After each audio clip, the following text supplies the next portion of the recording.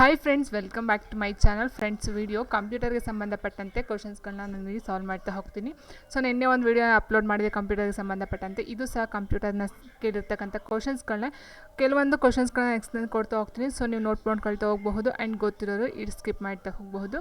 So ನೋಡಿ, first question ಹೀಗಿದೆ: ಕೆಳಗಿನ ಹೇಳಿಕೆಗಳನ್ನು ಪರಿಗಣಿಸಿ ಅಂತ ಕೊಟ್ಟಿದ್ದಾರೆ. Consider the following statements. MS ಎಕ್ಸೆಲ್ನಲ್ಲಿ ಪ್ರತಿಯೊಂದು ವರ್ಕ್ಬುಕ್ ತಪ್ಪಿನಿಂದಾಗಿ 3 ಸಂಖ್ಯೆಯ ವರ್ಕ್ಶೀಟ್ಗಳನ್ನು ಹೊಂದಿವೆ. MS ಎಕ್ಸೆಲ್ನಲ್ಲಿ ಈಕ್ವಲ್ಸ್ ಚಿಹ್ನೆಯೊಂದಿಗೆ ಸೂತ್ರವು ಪ್ರಾರಂಭವಾಗುತ್ತದೆ. ಈ ಎರಡು ಆಯ್ಕೆಗಳಲ್ಲಿ ಯಾವುವು ಸರಿ ಅಂತ ಕೇಳಿದ್ದಾರೆ. ಸೊ ನೀವು ಇಂಗ್ಲೀಷಲ್ಲಿ ಕೊಟ್ಟರೆ ನೋಡಿ: consider the following statements. In MS Excel each work book by default has 3 numbers of worksheets.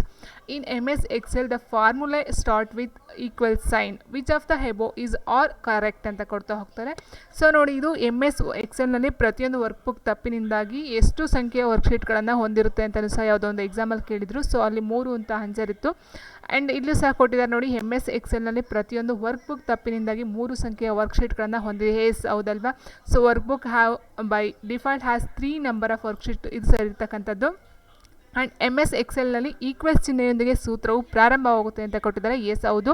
In MS Excel the formula start with equal sign, ಇದು ಸರಿಯಾಗಿರ್ತಕ್ಕಂಥ ಒಂದು ಆಪ್ಷನ್ ಆಗಿರುತ್ತೆ. ಸೊ ಎರಡು ಸರಿಯಾಗಿರ್ತಕ್ಕಂಥದ್ದು. ಸೊ ಹಾಗಾಗಿ ಆನ್ಸರ್ ಬಂದು ಆಪ್ಷನ್ ಎ ಮತ್ತು option 3 A ಮತ್ತು ಬಿ ಅಂತಕ್ಕಂಥದ್ದು. Both A and B is the ಸರಿಯಾದಂಥ ಒಂದು ಉತ್ತರ. ಸೊ ಇದಕ್ಕೆ ಮೊದಲಾಗಿ ನಾವು ಇನ್ನೊಂದು ಇನ್ಫಾರ್ಮೇಷನ್ ಏನಂತ ಅಂದರೆ, MS ಎಕ್ಸೆಲ್ ಬಗ್ಗೆ ಇಷ್ಟು ಇನ್ಫಾರ್ಮೇಷನ್ 2 ಪಾಯಿಂಟ್ ಮಾತ್ರ ಕೊಟ್ಟಿದ್ದಾರೆ. ಸೊ ಆದರೆ ಎಕ್ಸಾಮಲ್ಲಿ ಇದೇ ಪಾಯಿಂಟ್ ಕೊಡ್ತಾರೆ ಅಂತಕ್ಕಂಥದ್ದು ಏನಿಲ್ಲ ಅಲ್ವಾ? ಸೊ ಹಾಗಾಗಿ MS ಎಕ್ಸೆಲ್ ಬಗ್ಗೆ ನಾವು ತಿಳ್ಕೊಳ್ತಾ ಹೋದಾಗ ಮೇಯ್ನಾಗಿ ಇಲ್ಲಿ ಏನಂತ ಹೇಳಿದರೆ, ಸೊ MS ಎಕ್ಸೆಲ್ ಅಂತಕ್ಕಂಥದ್ದನ್ನ ಮೈಕ್ರೋಸಾಫ್ಟ್ ಅಂತಕ್ಕಂಥದ್ದು ಫಸ್ಟ್ಗೆ ಸಿದ್ಧಪಡಿಸ್ತಕ್ಕಂಥ ಒಂದು ಇದು ಅಂದರೆ ಮೈಕ್ರೋಸಾಫ್ಟ್ ಸಂಸ್ಥೆ ಏನಿದೆ ಅದು ಈ ಒಂದು MS ಎಕ್ಸೆಲ್ ಅಂತಕ್ಕಂಥ ಒಂದು ಇದನ್ನು ಹೊರತರುತ್ತೆ, ಅಂದರೆ ಸಿದ್ಧಪಡಿಸುತ್ತೆ ಅಥವಾ ರಚನೆಯನ್ನು ಮಾಡ್ತಾ ಹೋಗುತ್ತೆ. ಈ ಒಂದು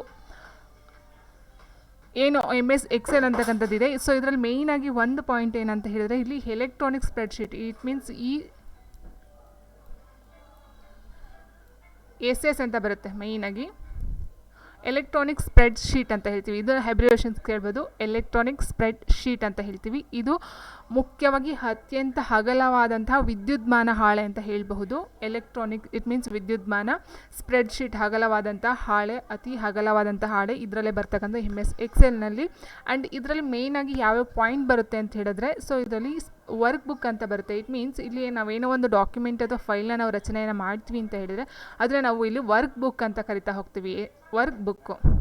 ಸೊ ಕೇಳ್ತಾರೆ ನಿಮಗೆ ವರ್ಕ್ ಬುಕ್ ಯಾವ ಒಂದು ಆಪ್ಷನಲ್ಲಿ ಕಂಡುಬರುತ್ತೆ ಅಥವಾ ಯಾವ ಒಂದು ವಿಂಡೋಸಲ್ಲಿ ಕಂಡುಬರುತ್ತೆ ಅಂತ. ಸೊ MS ಎಕ್ಸೆಲ್ನಲ್ಲಿ ವರ್ಕ್ ಬುಕ್ ಕಂಡುಬರುತ್ತೆ, ಆ್ಯಂಡ್ ವರ್ಕ್ ಶೀಟ್ ಕಂಡುಬರುತ್ತೆ, work sheet, spread sheet, and cell. ಮೇಯ್ನಾಗಿ ಸೆಲ್ ಅಂತಕ್ಕಂಥದ್ದು ಪಾಯಿಂಟು ಈ ಒಂದು ಇದರಲ್ಲಿ ಕಂಡುಬರುತ್ತೆ. ಸೆಲ್ ಅಂತ ಹೇಳಿದರೆ ನಿಮಗೆ ವರ್ಕ್ಶೀಟ್ ಯಾರೆಲ್ಲ ಯೂಸ್ ಮಾಡಿರ್ತಾರೋ ಅಥವಾ MS ಎಕ್ಸೆಲ್ನ ಏನಕ್ಕೆ ಯೂಸ್ ಮಾಡ್ತಾರೆ ಅಂತ ಯಾರೆಲ್ಲ ಯೂಸ್ ಮಾಡಿರ್ತಾರೋ ಸೊ ಅವ್ರಿಗೆ ಗೊತ್ತಿರುತ್ತೆ. ಸೆಲ್ ಅಂತಕ್ಕಂಥ ಅಂದರೆ ಈ ಥರ ಲೈನ್ಗಳೇನು ರೋ ಮತ್ತು ಕಾಲಮ್ ಇರುತ್ತೋ, ಸೊ ಅದರಲ್ಲಿ ಒಂದೊಂದು ಸೆಲ್ ಅಂತ ಹೇಳಿದರೆ ಒಂದು ಈ ಥರ ಏನಿರುತ್ತೆ, ಸೊ ಇದನ್ನು ನಾವು ಸೆಲ್ ಅಂತ ಕರಿತಾ ಹೋಗ್ತೀವಿ. ಒಂದು ಸ್ಪೇಸ್, ಅದು ಒಂದು ಜಾಗ ಏನಿರುತ್ತೋ ಒಂದು ಪದ ನಾವು ಫಿಲ್ ಮಾಡ್ತಕ್ಕಂಥದ್ದು, ಅಥವಾ ಒಂದು ಇಟ್ ಮೀನ್ಸ್ ಹೇಳ್ತಾ ಹೋದರೆ ಹೇಸ್ ನೋಡಿ, ಇಲ್ಲಿ ನೋಡ್ತಾ ಹೋಗ್ಬೋದು ನೀವು. ಸೊ ಇದೇನಿದೆ, ಈ ಒಂದು ಇಷ್ಟು ಜಾಗ ಇದೆ, ಇದನ್ನು ನಾವು ಸೆಲ್ ಅಂತ ಕರಿತಾ ಹೋಗ್ತೀವಿ. ಆ್ಯಂಡ್ ಇದು ಟೋಟಲಾಗಿ ಇದು ಪೇಜ್ ಏನಿದೆ ಇದನ್ನು ಎಲೆಕ್ಟ್ರಾನಿಕ್ಸ್ ಸ್ಪ್ರೆಡ್ಶೀಟ್ ಅಂತ ಕರಿಬೋದು, ಅಥವಾ ಇಟ್ ಮೀನ್ಸ್ ವರ್ಕ್ಶೀಟ್ ಅಂತಲೂ ಸಹ ಹೇಳ್ತಾ ಹೋಗ್ತೀವಿ. ವರ್ಕ್ಶೀಟ್ ಅಥವಾ ಎಲೆಕ್ಟ್ರಾನಿಕ್ ಸ್ಪ್ರೆಡ್ಶೀಟ್ ಅಂತಲೂ ಹೇಳ್ತಾ ಹೋಗ್ತೀವಿ. ಆ್ಯಂಡ್ ಇದನ್ನು ಒಂದೊಂದು ಪಾಯಿಂಟ್ ಏನಿದೆ ಇದನ್ನು ನಾವು ಸೆಲ್ ಅಂತ ಕರಿತಾ ಹೋಗ್ತೀವಿ. ಸೊ ಇದನ್ನು ಸೆಲ್ ಅಂತ ಹೇಳ್ತೀವಿ. ಸೊ ಈ ಸೆಲ್ಗಳು ಎಷ್ಟಿರುತ್ತೆ ಟೋಟಲಾಗಿ ಒಂದು ಇದರಲ್ಲಿ MS ಎಕ್ಸೆಲ್ನ ಒಂದು ವರ್ಕ್ಶೀಟಲ್ಲಿ ಅಂತ ನೋಡ್ತಾ ಹೋದಾಗ ಟೋಟಲಾಗಿ ಇಲ್ಲಿ ಎಷ್ಟಿದೆ ಅಂತ ಹೇಳಿದರೆ 10,48,576 ಅಡ್ಡ ಸಾಲುಗಳಿರುತ್ತೆ. ಇಟ್ ಮೀನ್ಸ್ 10,48,576 ಅಡ್ಡ ಸಾಲಿರುತ್ತೆ ಹಿಂಗೆ. ಆ್ಯಂಡ್ ಕಂಬ ಸಾಲು ಏನಿದೆ, ಸೊ ಇದು ಬಂದು 16,384 ಇರುತ್ತೆ. ಸೊ ನಿಮಗೆ ಅಡ್ಡ ಸಾಲು ಕಂಬ ಸಾಲು ಅಂತ ಏನು ಕಾಣಿಸ್ತಾ ಇದೆಯೋ ಇಲ್ಲಿ, ಸೊ ಅಡ್ಡ ಸಾಲಾಗಿರ್ಬೋದು ಆ್ಯಂಡ್ ಕಂಬ ಸಾಲಾಗಿರ್ಬೋದು, ಇದು ಬಂದು ಟೋಟಲಾಗಿ ಅಡ್ಡ ಸಾಲು ಬಂದು 10,48,576 ಆ್ಯಂಡ್ ಕಂಬ ಸಾಲು ಬಂದು 16,384. ಇದು ವೆರಿ ಇಂಪಾರ್ಟೆಂಟು. ಸೊ ಟೋಟಲಾಗಿ ಇದೇನು ನೋಡ್ತಾ ಇದ್ದೀವಿ ನಾವು ವರ್ಕ್ಶೀಟ್ ಅಥವಾ ಸ್ಪ್ರೆಡ್ಶೀಟ್ ಅಂತ ಹೇಳ್ತಾ ಹೋಗ್ತೀವಿ. ಆ್ಯಂಡ್ ಈ ಫೈಲ್ ಏನಿದೆ, ಸೊ ನಾವು ಟೋಟಲಾಗಿ ಮಾಡಾದ್ಮೇಲೆ ಏನು ಲಾಸ್ಟ್ ಫೈಲ್ ಉಳಿತೋ ಸೊ ಅದನ್ನು ನಾವು ವರ್ಕ್ ಬುಕ್ ಅಂತ ಹೇಳ್ತಾ ಹೋಗ್ತೀವಿ. Work book. ಆ್ಯಂಡ್ ನಿಮಗೆ ಇಲ್ಲಿ ಇನ್ನೊಂದು ಪಾಯಿಂಟ್ ಹೇಳಿದೆ. ಸೊ ಇಲ್ಲಿ ಫಸ್ಟ್ ಪಾಯಿಂಟ್ ಏನಿತ್ತು, ಡಿಫಾಲ್ಟ್ ಆದಾಗ ಯಾವ ಒಂದು ಎಷ್ಟು ಇದರಲ್ಲಿ ಡಿಫಾಲ್ಟ್ ಇರುತ್ತೆ ಅಂತ ಕೇಳಿದಾಗ ಫೈಲ್ಗಳು 3 ಅಂತ ಹೇಳಿದೆ ನೋಡಿ. ಶೀಟ್ 1 2 3 ಇದೆ ನೋಡಿ. ಸೊ 1 2 3. ಸೊ ಈ 3ನ ನಾವು ಡಿಫಾಲ್ಟ್ ಎಕ್ಸೆಲ್ನಲ್ಲಿ ಇರ್ತಕ್ಕಂಥ ಡಿಫಾಲ್ಟ್ ಶೀಟ್ಗಳಂತ ನಾವು ಹೇಳ್ಬಹುದು. ಸೊ ಇಷ್ಟು ಅರ್ಥ ಆಯ್ತು ಅಂತ ಅಂದ್ಕೊಳ್ತೀನಿ. ಆ್ಯಂಡ್ ನೆಕ್ಸ್ಟ್ ಇನ್ನು ಪಾಯಿಂಟ್ ನಾವು ನೋಡ್ತಾ ಹೋದಾಗ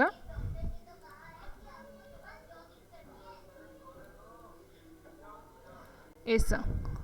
ಸೊ ಇಷ್ಟು ವರ್ಕ್ಶೀಟು ಸೆಲ್. ಆ್ಯಂಡ್ ಇಲ್ಲಿ ಮೇಯ್ನಾಗಿ ಇನ್ನೊಂದು ಪಾಯಿಂಟ್ ಏನು ಕೇಳ್ತಾರೆ ಅಂತಂದರೆ MS ಎಕ್ಸೆಲ್ನಲ್ಲಿ ಇರ್ತಕ್ಕಂಥ ಫೈಲ್ ಎಕ್ಸ್ಟೆನ್ಷನ್ ಯಾವುದು ಅಂತ ಕೇಳ್ತಾ ಹೋಗ್ತಾರೆ.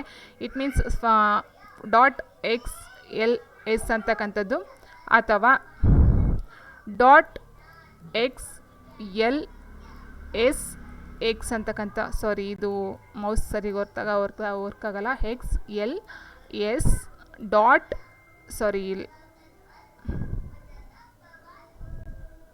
ಇದರ ಒಂದು ಫೈಲ್ ಅಂತ ಹೇಳ್ಬೋದು .xls. ಓಕೆನಾ. ಸೊ ಇದರ ಜೊತೆಗೆ ಎಕ್ಸು ಸಹ ಸೇರಿಸ್ಕೊಳ್ಬೋದು. ಎಕ್ಸು ಕೆಲವೊಂದು ಕಡೆ ಬರುತ್ತೆ, ಕೆಲವೊಂದು ಕಡೆ ಎಕ್ಸ್ ಬರೋದಿಲ್ಲ. ಸೊ ಇದು ಇದರ ಒಂದು ಫೈಲ್ ಎಕ್ಸ್ಟೆನ್ಷನ್ ಅಂತ ಹೇಳ್ತಾ ಹೋಗ್ಬೋದು. ಇಲ್ಲಿ ಮೇಯ್ನಾಗಿ ಬರ್ತಕ್ಕಂಥದ್ದು ಸೆಲ್ಲು, ವರ್ಕ್ ಬುಕ್ಕು, ಸ್ಪ್ರೆಡ್ಶೀಟು. ಆ್ಯಂಡ್ ಮೇಯ್ನಾಗಿ ಇದು ಏನಕ್ಕೆ ಯೂಸ್ ಮಾಡ್ತಾರೆ MS ಎಕ್ಸೆಲ್ನ ಅಂತ ಹೇಳಿದ್ರೆ ಕ್ಯಾಲ್ಕುಲೇಷನ್ಗಾಗಿ ಯೂಸ್ ಮಾಡ್ತಕ್ಕಂಥದ್ದು. ಕ್ಯಾಲ್ಕುಲೇಷನ್ ಈಕ್ವಲ್ಸ್ ಕೊಡೋದು ನೋಡಿ ಚಿಹ್ನೆ. ಸೊ ಇಲ್ಲಿ ಮೇಯ್ನಾಗಿ ಯೂಸ್ ಮಾಡ್ತಕ್ಕಂಥದ್ದು ಕ್ಯಾಲ್ಕುಲೇಷನ್ ಅದೇ ಅಥವಾ ಲೆಕ್ಕಾಚಾರಕ್ಕೆ ನಾವು ಯೂಸ್ ಮಾಡ್ತಕ್ಕಂಥ ಒಂದು ತಂತ್ರಾಂಶ ಅಂತ ನಾವು ಹೇಳ್ತಾ ಹೋಗ್ಬೋದಾಗಿರುತ್ತೆ. ಸೊ ಇಷ್ಟು ಬಂದಿರೋ ಒಂದು ಇದು. ಆ್ಯಂಡ್ ನೆಕ್ಸ್ಟ್ ನಾನು ಹೇಳಿದಾಗೆ ಅಡ್ಡ ಸಾಲು ಕಂಬ ಸಾಲುಗಳು ಎಷ್ಟು ಬರುತ್ತೆ, ಸೊ ಅದು ನೀವು ನೋಡ್ಕೊಳ್ತಾ ಹೋಗಬೇಕಾಗುತ್ತೆ, ವೆರಿ ಇಂಪಾರ್ಟೆಂಟು. ಆ್ಯಂಡ್ ಇನ್ನು ಅಷ್ಟು ಹೇಳ್ತಾ ಹೋದರೆ ಇದರ ಒಂದು ಅಬ್ರಿವೇಷನ್ ESS ಅಬ್ರಿವೇಷನ್ ಇದೆ, ಅದನ್ನು ಸಹ ನೀವು ನೋಡ್ಕೊಳ್ತಾ ಹೋಗಬೇಕಾಗುತ್ತೆ. ಸೊ ಆ್ಯಂಡ್ ನೆಕ್ಸ್ಟ್ ನಾವು ನೋಡ್ತಾ ಹೋದಾಗ ನೆಕ್ಸ್ಟ್ ಕ್ವಶನ್ ಏನಿದೆ,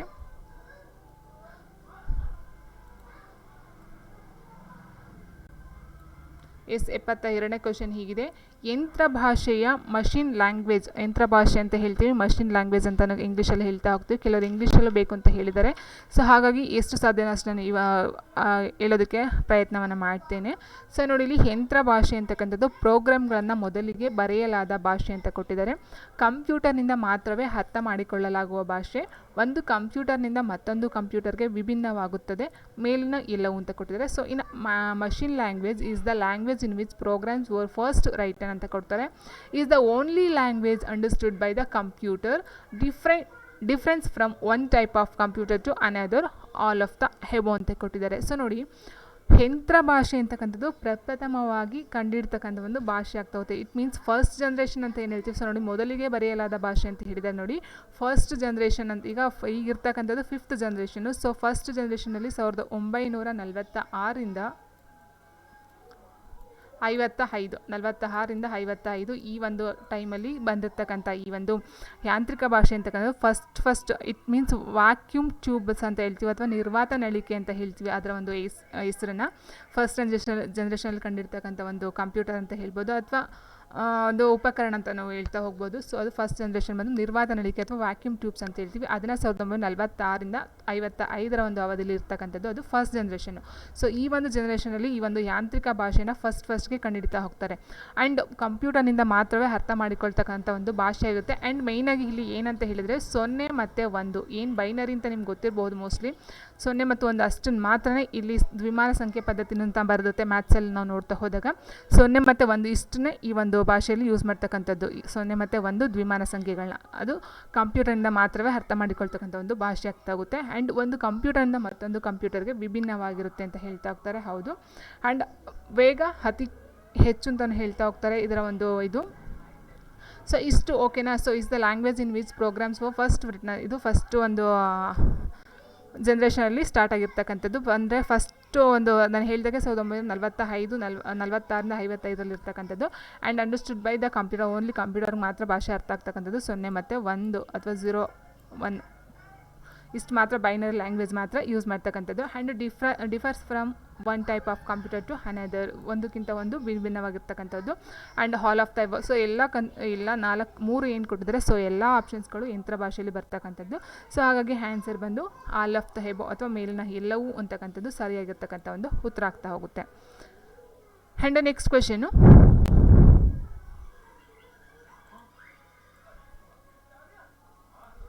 ಎಸ್ ಈ ಲಾಸ್ಟ್ ಹೇಳಿದೆ ನಾನು, ಕೆಳಗಿನಲ್ಲಿ ಯಾವುದು ಬೈನರಿ ಸಂಖ್ಯೆ ಅಲ್ಲ ಅಂತ ಕೇಳಿದರೆ. ಸೊ ದ್ವಿಮಾನ ಸಂಖ್ಯೆ ಪದ್ಧತಿ ಅಥವಾ ಬೈನರಿ ಸಂಖ್ಯೆ ಎರಡು ಒಂದೇ. Which of the following is not A binary number ಅಂತ ಕೊಟ್ಟಿದ್ದಾರೆ. ಸೊ ಬೈನರಿ ನಂಬರ್ ಅಂತ ಹೇಳಿದಾಗ 0 ಮತ್ತು 1 ಮಾತ್ರ ಬರ್ತಕ್ಕಂಥದ್ದು ಅಂತ ನಾನು ಲಾಸ್ಟ್ ಒಂದು ಕ್ವಶನಲ್ಲಿ ಹೇಳಿದೆ. 0 ಮತ್ತು 1 ಎರಡನೇ ಸಂಖ್ಯೆನ ಬೈನರಿಯಲ್ಲಿ ಯೂಸ್ ಮಾಡ್ತಕ್ಕಂಥದ್ದು. ಸೊ ಹಾಗಾಗಿ ಆನ್ಸರ್ ಬಂದು ಇಲ್ಲಿ ಯಾವುದು ಬೈನರಿ ಸಂಖ್ಯೆ ಅಲ್ಲ ಅಂತ ಕೊಟ್ಟಿದ್ದಾರೆ. ಸೊ 2 ಬಂದಿದೆ ನೋಡಿ, ಇದು ಬೈನರಿ ಸಂಖ್ಯೆ ಆಗೋದಿಲ್ಲ. 2021 ಬಂದು ಬೈನರಿ ನಂಬರ್ ಆಗೋದಿಲ್ಲ. ಆ್ಯಂಡ್ ನೆಕ್ಸ್ಟ್ ಕ್ವಶನು,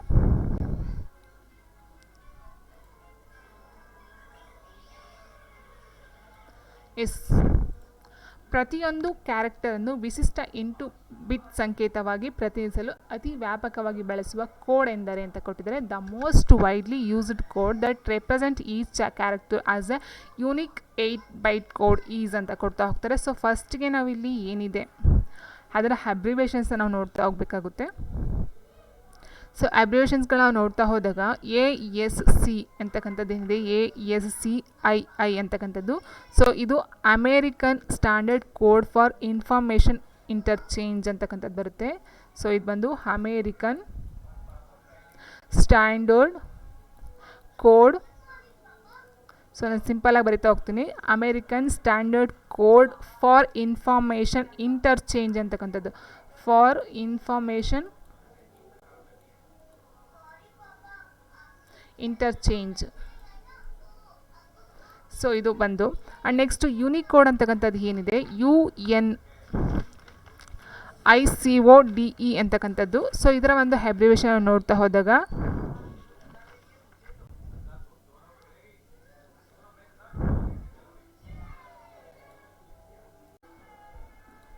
ಯೂನಿಕೋಡ್ ಅಂತ ಹೇಳಿದಾಗ ಏನಂತಂದರೆ universal character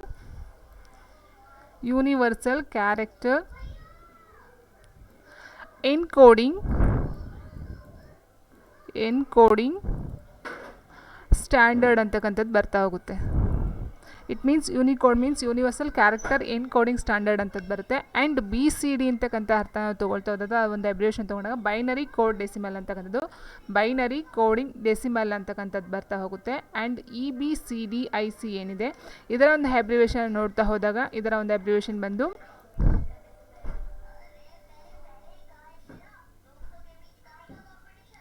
extended binary coded decimal interchange code ಅಂತಕ್ಕಂಥದ್ದು, extended binary coded decimal interchange code. So ಇದರ ಒಂದು ನಾನು ಅಬ್ರಿವೇಷನ್ಸ್ಗಳನ್ನ ನೆಕ್ಸ್ಟ್ ವೀಡಿಯೋದಲ್ಲಿ ಅಪ್ಲೋಡ್ ಮಾಡ್ತಾ ಹೋಗ್ತೀನಿ. ಸೊ ಅದರ ಅಬ್ರಿವೇಷನ್ಸ್ಗಳನ್ನ ನೋಡ್ತಾ ಹೋಗೋಣ. ಸೊ ಇಲ್ಲಿ ನಾವು ಮೌಸಿಂದ ಬರೆದು ನಾವು ಇದು ಮಾಡೋದಕ್ಕೆ ಆಗೋದಿಲ್ಲ.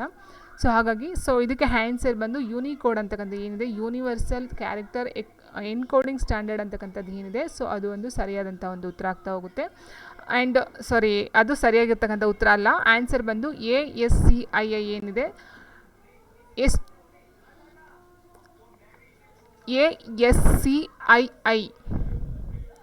American standard code for information interchange ಅಂತಕ್ಕಂಥದ್ದು ಆನ್ಸರ್ ಆಗ್ತಾ ಹೋಗುತ್ತೆ. ಸೊ ಈ ಒಂದು ಆನ್ಸರ್ ಏನಿದೆ option 1 American standard code for information interchange ಅಂತಕ್ಕಂಥ ಒಂದು ಇದರಲ್ಲಿ ಈ ಒಂದು 8 ಬಿಟ್ ಸಂಕೇತವಾಗಿ ಅತಿ ಹೆಚ್ಚಾಗಿ ಬಳಸ್ತಕ್ಕಂಥ ಒಂದು ಕೋಡು. ಓಕೆನಾ. ಸೊ ಇದರ ಒಂದು ಅಬ್ರಿವೇಷನ್ಸ್ಗಳನ್ನ ಖಂಡಿತ ನೆಕ್ಸ್ಟ್ ಒಂದು ವೀಡಿಯೋದಲ್ಲಿ ಅಪ್ಲೋಡ್ ಮಾಡ್ತೀನಿ, ನೀವು ಆನ್ಸರ್ಸ್ನ ನೋಡ್ತಾ ಹೋಗ್ರಿ. ಆ್ಯಂಡ್ ನೆಕ್ಸ್ಟ್ ಕ್ವಶನ್ ಕೊಟ್ಟಿದ್ದಾರೆ, ಕಂಪೈಲರ್ ಎಂದರೆ ಏನು ಅಂತ ಕೊಟ್ಟಿದ್ದಾರೆ. What is a compiler? So compiler ಆಪ್ಷನ್ಸ್ಗಳನ್ನ ನೋಡ್ಬಿಡೋಣ. ಇದು ಒಬ್ಬ ಕಂಪ್ಯೂಟರ್ ಆಪರೇಟ್ಗೆ ನೀಡಲಾದ ಒಂದು ಹೆಸರು ಅಂತ ಕೊಟ್ಟಿದ್ದಾರೆ. ಮಾಹಿತಿ ಸಂಗ್ರಹಣೆಗೆ ಇರುವ ಡಿಜಿಟಲ್ ಯಂತ್ರದ ಒಂದು ಭಾಗ. ಇದು ಬೂಲಿಯನ್ ಆಲ್ಜಿಬ್ರಾದ ಒಂದು ಆಪರೇಟರ್ ಆಗಿದೆ. ಕೆಲವು ಪ್ರೋಗ್ರಾಮನ್ನು ವಸ್ತು ವಿಷಯ ಸಂಕೇತವಾಗಿ ಭಾಷಾಂತರಿಸುವ ಒಂದು ಭಾಷಾಂತರ ಕಾರಕ ಅಂತ ಕೊಡ್ತಾ ಹೋಗ್ತಾರೆ. So what is a compiler means compiler ಅಂದರೆ it is a given to a computer operator. It is a part of digital machine to store the information. It is a operator of Boolean algebra. It is a translator of same program to object code ಅಂತ ಕೊಡ್ತಾ ಹೋಗ್ತಾರೆ. So ನಾವು ಆನ್ಸರ್ನ ಇದಕ್ಕೆ ನೋಡ್ತಾ ಹೋದಾಗ first ಇಲ್ಲಿ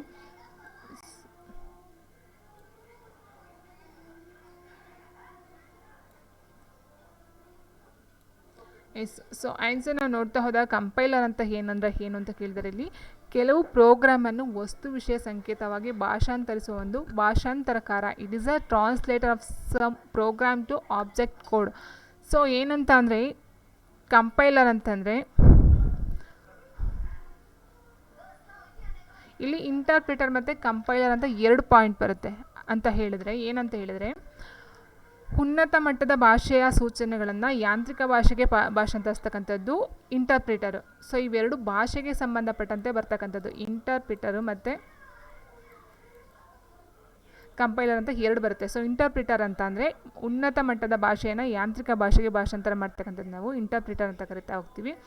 ಈ compiler ಅಂತಕ್ಕಂಥದ್ದು ಏನಿದೆ, ಕೆಲವು ಪ್ರೋಗ್ರಾಮನ್ನು ವಸ್ತು ವಿಷಯ ಸಂಕೇತವಾಗಿ ಭಾಷಾಂತರಿಸ್ತಕ್ಕಂಥ ಒಂದು ಭಾಷಾಂತರಕಾರ ಅಂತಕ್ಕಂಥದ್ದು. It is a translator of some program to object code ಅಂತಕ್ಕಂಥದ್ದು ಸರಿಯಾದಂಥ ಒಂದು ಉತ್ತರ. ಸೊ ಇಲ್ಲಿ ಇಂಟರ್ಪ್ರಿಟರ್ ಕೇಳ್ಬೋದು, ಕಂಪೈಲರ್ ಸಹ ಕೇಳ್ತಾ ಹೋಗ್ಬೋದು, ಎರಡೂ ಸಹ ನೀವು ನೀಟಾಗಿ ನೋಡ್ಕೊಳ್ತಾ ಹೋಗಿ. ಸೊ ಈ ಕಂಪೈಲರ್ ಅಂತಕ್ಕಂಥದ್ದು ಏನಿದೆ ಇದರಲ್ಲಿ ವೇಗ ಅತಿ ಕಡಿಮೆ ಇರುತ್ತೆ ಮತ್ತು ಹೆಚ್ಚು ಮೆಮೊರಿಯನ್ನು ಬೇಕಾಗುತ್ತೆ. ಆ್ಯಂಡ್ ಆಬ್ಜೆಕ್ಟ್ ಕೋಡನ್ನು ಯೂಸ್ ಮಾಡಿಕೊಂಡು ಇಲ್ಲಿ ಏನು ಮಾಡ್ತಾ ಹೋಗ್ತಾರೆ,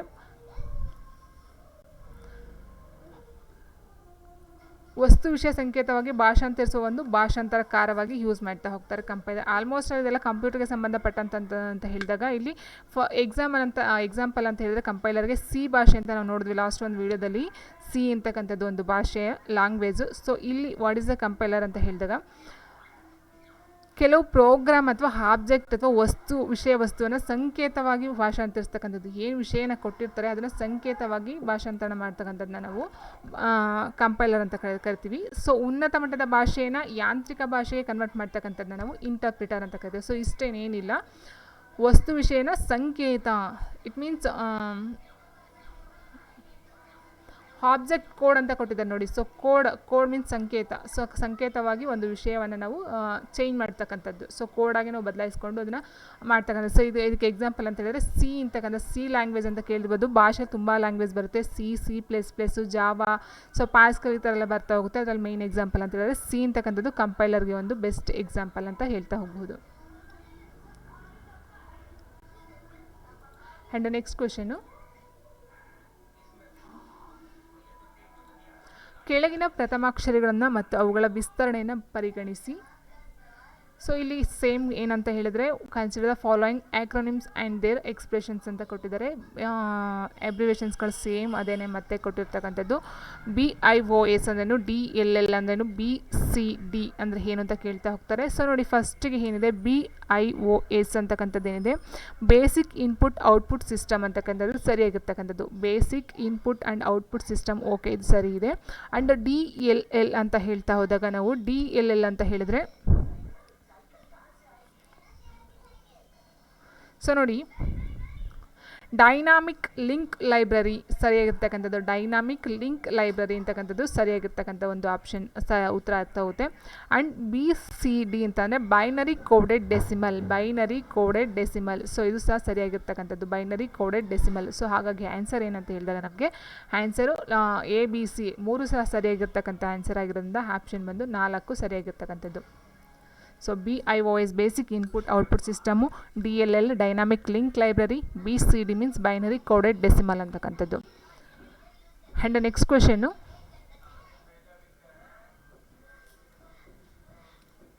ಕೆಳಗೆ ಯಾವ ವಾಣಿಜ್ಯಾತ್ಮಕ ಸಾಫ್ಟ್ವೇರ್ ಉತ್ಪಾದನೆಗಳು ಕ್ರಮವಾಗಿ ಆಪರೇಟಿಂಗ್ ಸಿಸ್ಟಮ್ ಸಾಫ್ಟ್ವೇರ್ ಮತ್ತು ಅಪ್ಲಿಕೇಶನ್ ಸಾಫ್ಟ್ವೇರ್ಗಳಿಗೆ ಉದಾಹರಣೆಗಳು ಅಂತ ಕೊಟ್ಟಿದ್ದಾರೆ. Which of the following commercial software products are examples of operating system software and application software respectively. So ನೋಡಿ ಇಲ್ಲಿ ಮೈಕ್ರೋಸಾಫ್ಟ್ ವಿಂಡೋಸ್ XP ಮತ್ತು MS ಆಫೀಸ್ XP ಅಂತ ಕೊಟ್ಟಿದ್ದಾರೆ. MS DOS ಮತ್ತು Microsoft Windows 10 home, MS Office XP ಮತ್ತು Java, Unix and Linux ಅಂತ ಕೊಡ್ತಾ ಹೋಗ್ತಾರೆ. ಸೊ ಈ ಕಡೆ ನೋಡ್ತಾ ಹೋದಾಗ Microsoft Windows XP and MS Office XP, MS DOS ಮತ್ತು Microsoft Windows 10 home, MS Office XP and Java, Unix and Linux ಅಂತ ಕೊಟ್ಟರೆ. ಸೊ ಇಲ್ಲಿ ಮೇಯ್ನಾಗಿ ಕ್ವಶನ್ ಏನು ಅಂತ ಅರ್ಥ ಮಾಡ್ಕೊಳ್ತಾ ಹೋದಾಗ ನಮಗೆ ಇಲ್ಲಿ ಕಮರ್ಷಿಯಲ್ ಸಾಫ್ಟ್ವೇರ್ ಇಟ್ ಮೀನ್ಸ್ ವಾಣಿಜ್ಯಾತ್ಮಕ ಬಿಸ್ನೆಸ್ ಪರ್ಪಸ್ಗೆ ಮಾಡ್ತಕ್ಕಂಥದ್ದಲ್ವ ಕಮರ್ಷಿಯಲು. ಸೊ ಅದಕ್ಕೆ ಸಂಬಂಧಪಟ್ಟಂತೆ ಉತ್ಪಾದನೆಗಳು ಕ್ರಮವಾಗಿ ಆಪರೇಟಿಂಗ್ ಸಿಸ್ಟಮ್ ಸಾಫ್ಟ್ವೇರ್ ಮತ್ತು ಅಪ್ಲಿಕೇಶನ್ ಸಾಫ್ಟ್ವೇರ್ಗಳ ಉದಾಹರಣೆಗಳನ್ನ ಕೇಳ್ತಾ ಹೋಗಿದ್ದಾರೆ. ಇಲ್ಲಿ ಆಪರೇಟಿಂಗ್ ಸಿಸ್ಟಮ್ ಮತ್ತು ಅಪ್ಲಿಕೇಶನ್ ಸಾಫ್ಟ್ವೇರ್ಗೆ ಎಕ್ಸಾಂಪಲ್ಸು ಯಾವುದು ಅಂತ ಕೇಳ್ತಾ ಹೋಗ್ತಾರೆ. ಸೊ ಆನ್ಸರ್ ನಾವು ನೋಡ್ತಾ ಹೋದಾಗ ಮೈಕ್ರೋಸಾಫ್ಟ್ ವಿಂಡೋಸ್ XP ಮತ್ತು MS ಆಫೀಸ್ XP ಏನಿದೆ, ಸೊ ಇದು ಆನ್ಸರ್ ಆಗ್ತಾ ಹೋಗುತ್ತೆ. ಸೊ ಇಲ್ಲಿ ಆಪರೇಟಿಂಗ್ ಸಿಸ್ಟಮ್ ಸಾಫ್ಟ್ವೇರ್ ಅಂತ ಹೇಳಿದಾಗ Microsoft Windows XP, application software ಅಂತ ಹೇಳಿದಾಗ MS ಆಫೀಸ್ XP ಅಂತಕ್ಕಂಥದ್ದು. ಆ್ಯಂಡ್ ನೆಕ್ಸ್ಟ್ ಕ್ವೆಶನು,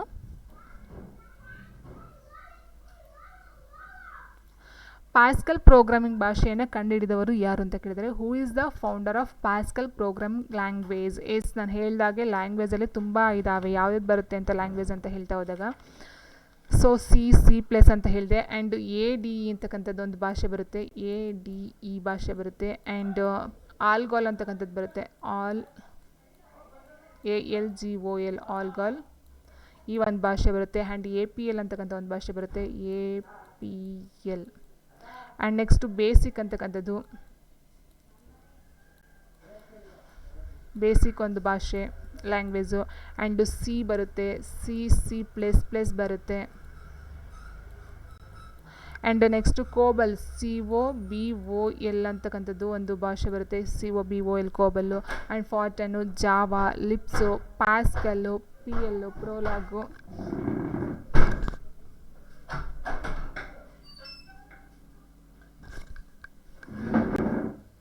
ಸೊ ಈ ಥರ ಎಲ್ಲ ಪ್ರೋಗ್ರಾಮ್ ಲ್ಯಾಂಗ್ವೇಜಸ್ ಬರ್ತಾ ಹೋಗುತ್ತೆ. ಸೊ ಇದರಲ್ಲಿ ಕೇಳಿರ್ತಕ್ಕಂಥದ್ದು ಯಾವುದು ಅಂತ ಹೇಳಿದರೆ ಪ್ಯಾಸ್ಕಲ್ನ ಕಂಡಿರ್ತಕ್ಕಂಥವ್ರು ಯಾರು ಅಂತ ಕೇಳಿದರೆ ನಿಕ್ಲೋಸ್ ವರ್ತ್ ಅಂತಕ್ಕಂಥವ್ರು. ಸೊ ನಿಕ್ಲೋಸ್ ವರ್ತ್ ಆಪ್ಷನ್ 2 ಏನಿದೆ, ಸೊ ಇದು ಸರಿಯಾದಂಥ ಒಂದು ಉತ್ತರ ಆಗ್ತಾ ಹೋಗುತ್ತೆ. ಆ್ಯಂಡ್ ನೆಕ್ಸ್ಟಿನ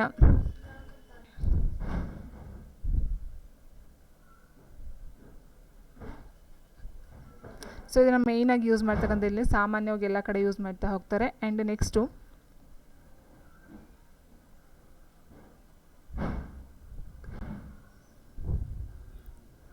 ಸೊ ಇದರ ಒಂದು ನಿಮಗೆ ವಿವರ ಬೇಕು ಅಂತೇಳಿ ನಾನು ಭಾಷೆಗಳು ಮತ್ತು ಅದರ ಒಂದು ಸಂಶೋಧಕರು ಸಹ ನಾನು ವಿಡಿಯೋ ಬೇಕಂತ ಅಂದರೆ ನಾನು ಹಾಕ್ತೀನಿ ನಿಮ್ಗೆ ಹೇಳಿದರೆ. ಸೊ ಅದರ ಎಷ್ಟು ಒಟ್ಟು ಟೋಟಲ್ಲು 14 ಇದ್ದಾವೆ, ಒಟ್ಟು ಭಾಷೆಗಳು ಬಂದು 14 ಇದ್ದಾವೆ. ಸೊ 14 ಭಾಷೆ ಮತ್ತು ಅದರ ಒಂದು ಸಂಶೋಧಕರು ನಾನು ಹಾಕ್ತೀನಿ, ನೀವು ಕಮೆಂಟ್ ಬಾಕ್ಸಲ್ಲಿ ತಿಳಿಸೋದಾದರೆ. ಆನ್ಸರ್ ಬಂದು ಪ್ಯಾಸ್ಕಲ್ ಪ್ರೋಗ್ರಾಮಿಂಗ್ ಅಥವಾ ಭಾಷೆಯನ್ನು ಕಂಡಿರ್ತಕ್ಕಂಥವ್ರು ನಿಕ್ಲೋಸ್ ವರ್ತ್ ಅಂತಕ್ಕಂಥವ್ರು. ಸೊ ಸಿಗೂ ಹೇಳಿದೆ ನಾನು, ಡೆನಿಸ್ ರೆಚಿಯಾ ಬೆಲ್ ಲ್ಯಾಬ್ ಅಂತಕ್ಕಂಥವ್ರು ಕಂಡುಹಿಡಿದಿರ್ತಾರೆ ಅಂತ ಲಾಸ್ಟ್ ಒಂದು ವಿಡಿಯೋದಲ್ಲಿ ಹೇಳಿದ್ದೆ. ಆ್ಯಂಡ್ ನೆಕ್ಸ್ಟ್ ಕ್ವೆಶನ್ ಹೀಗಿದೆ, 79ನೇ ಕ್ವೆಶನು. ಕೆಳಗಿನ ಯಾವ ಟೋಪಾಲಜಿಯಲ್ಲಿ ನೆಟ್ವರ್ಕ್ ಕಂಪ್ಯೂಟರ್ಗಳನ್ನು ಅದೇ ಕೇಬಲ್ಗೆ ಸಂಪರ್ಕಿಸಲಾಗುತ್ತೆ ಅಂತ ಕೇಳಿದರೆ, network computers are connected to the same cable in which of the following topologies ಅಂತ ಕೇಳ್ತಾ ಹೋಗ್ತಾರೆ. ಸೊ ಇಲ್ಲಿ ಸ್ಟಾರ್, ರಿಂಗ್, ಬಸ್, ಮೆಶ್ ಅಂತ ಕೊಟ್ಟಿದ್ದಾರೆ. Star, ring, bus, mesh. So ನೋಡಿ ಇಲ್ಲಿ ಫಸ್ಟ್ಗೆ ನಾವು ಇಂಟರ್ನೆಟ್ಟಲ್ಲಿ ನೆಟ್ವರ್ಕ್ ಕಂಪ್ಯೂಟರ್ ಅಂತ ಹೇಳ್ತಾ ಹೋದಾಗ ಮೇಯ್ನಾಗಿ ಬರ್ತಕ್ಕಂಥದ್ದಲ್ಲಿ ಜಾಲದ ರಚನೆ ಅಂತ ಬರುತ್ತೆ. ಸೊ ಜಾಲದ ರಚನೆಯಲ್ಲಿ bus, star, ring and hybrid ಜಾಲ ಅಂತ ಬರ್ತಾ ಹೋಗುತ್ತೆ, ಹೈಬ್ರಿಡ್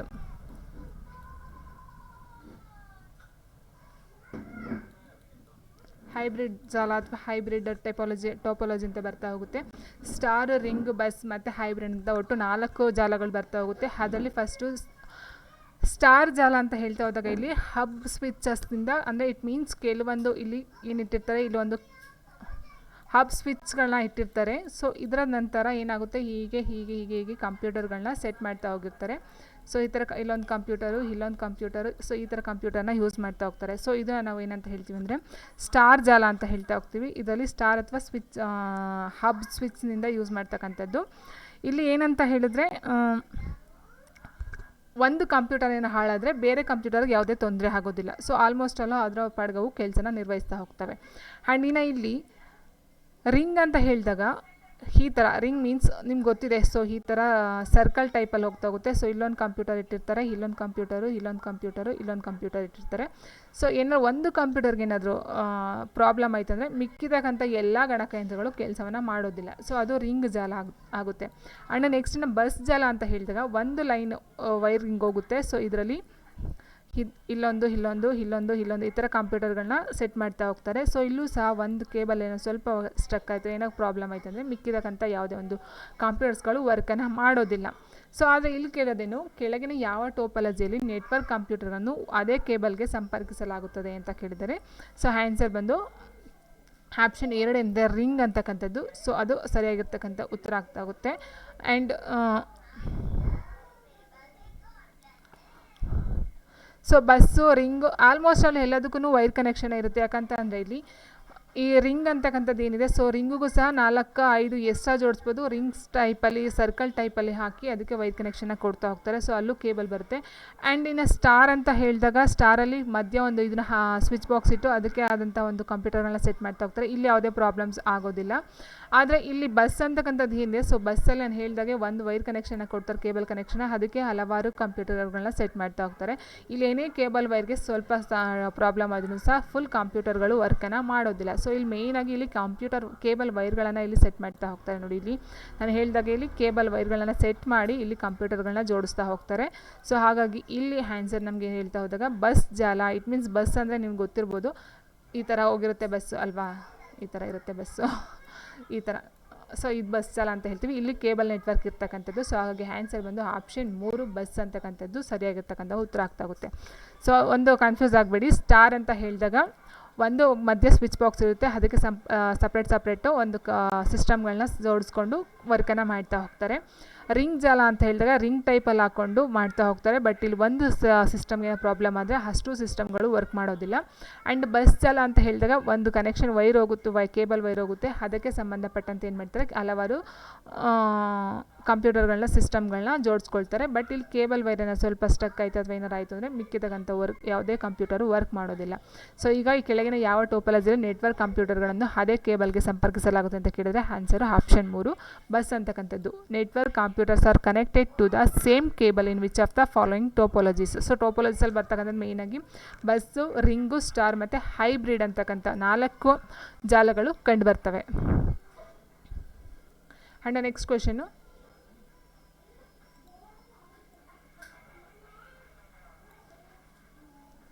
ಸೊ ನೋಡಿ, ಬ್ಯಾಂಡ್ ವಿಡ್ತ್ ಎಂಬುದು ಕೆಳಗಿನ ಯಾವುದಕ್ಕೆ ಸಂಬಂಧಿಸಿದೆ? Bandwidth refers to which of the following ಅಂತ ಕೊಡ್ತಾ ಹೋಗ್ತಾರೆ.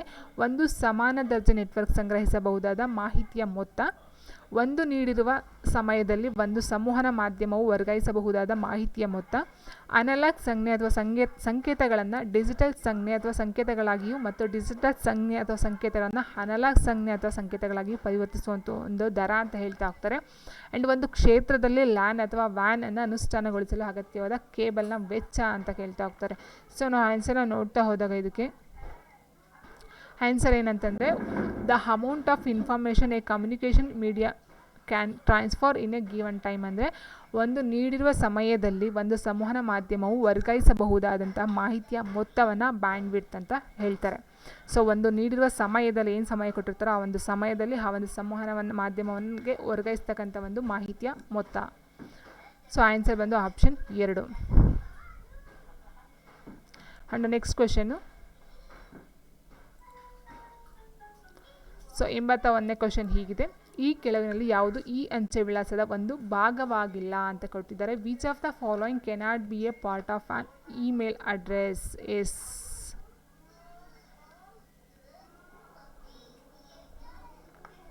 ಸೊ ನೋಡಿ ಇಲ್ಲಿ,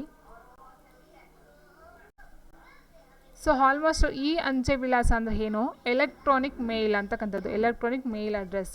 ಸೊ ನಿಮ್ಗೆ ಗೊತ್ತಿದೆ ಇಮೇಲ್ ಅಡ್ರೆಸ್ಸು ನಿಮ್ಮ ಯಾರೆಲ್ಲ ಯೂಸ್ ಮಾಡ್ತಾರೋ, ಜಿಮೇಲ್ ಆಗಿರ್ಬೋದು ಅಥವಾ ಇಮೇಲ್ ಆಗಿರ್ಬೋದು, ಯಾರೆಲ್ಲ ಯೂಸ್ ಮಾಡ್ತಿರ್ತಾರೋ ಸೊ ಅವ್ರಿಗೆ ಗೊತ್ತಿರುತ್ತೆ. ಯಾಕಂತಂದರೆ ಇಮೇಲ್ ಅಡ್ರೆಸ್ ನಾವು ಏನಂತ ತೊಗೊಳ್ತೀವಿ ಅಂತ ಹೇಳಿದಾಗ ನಮ್ಮ ಒಂದು ಯೂಸರ್ ನೇಮ್ ಅಥವಾ ಯೂಸರ್ ಐ ಡಿ ಏನಂತ ಅದು ಯೂಸ್ ಮಾಡ್ತೀವಿ, ಮತ್ತು ಯೂಸರ್ ನೇಮ್ನ ಯೂಸ್ ಮಾಡ್ತಾ ಹೋಗ್ತೀವಿ. ಆ್ಯಂಡ್ ಅದಾದಮೇಲೆ ಏನು ಯೂಸ್ ಮಾಡ್ತೀವಿ,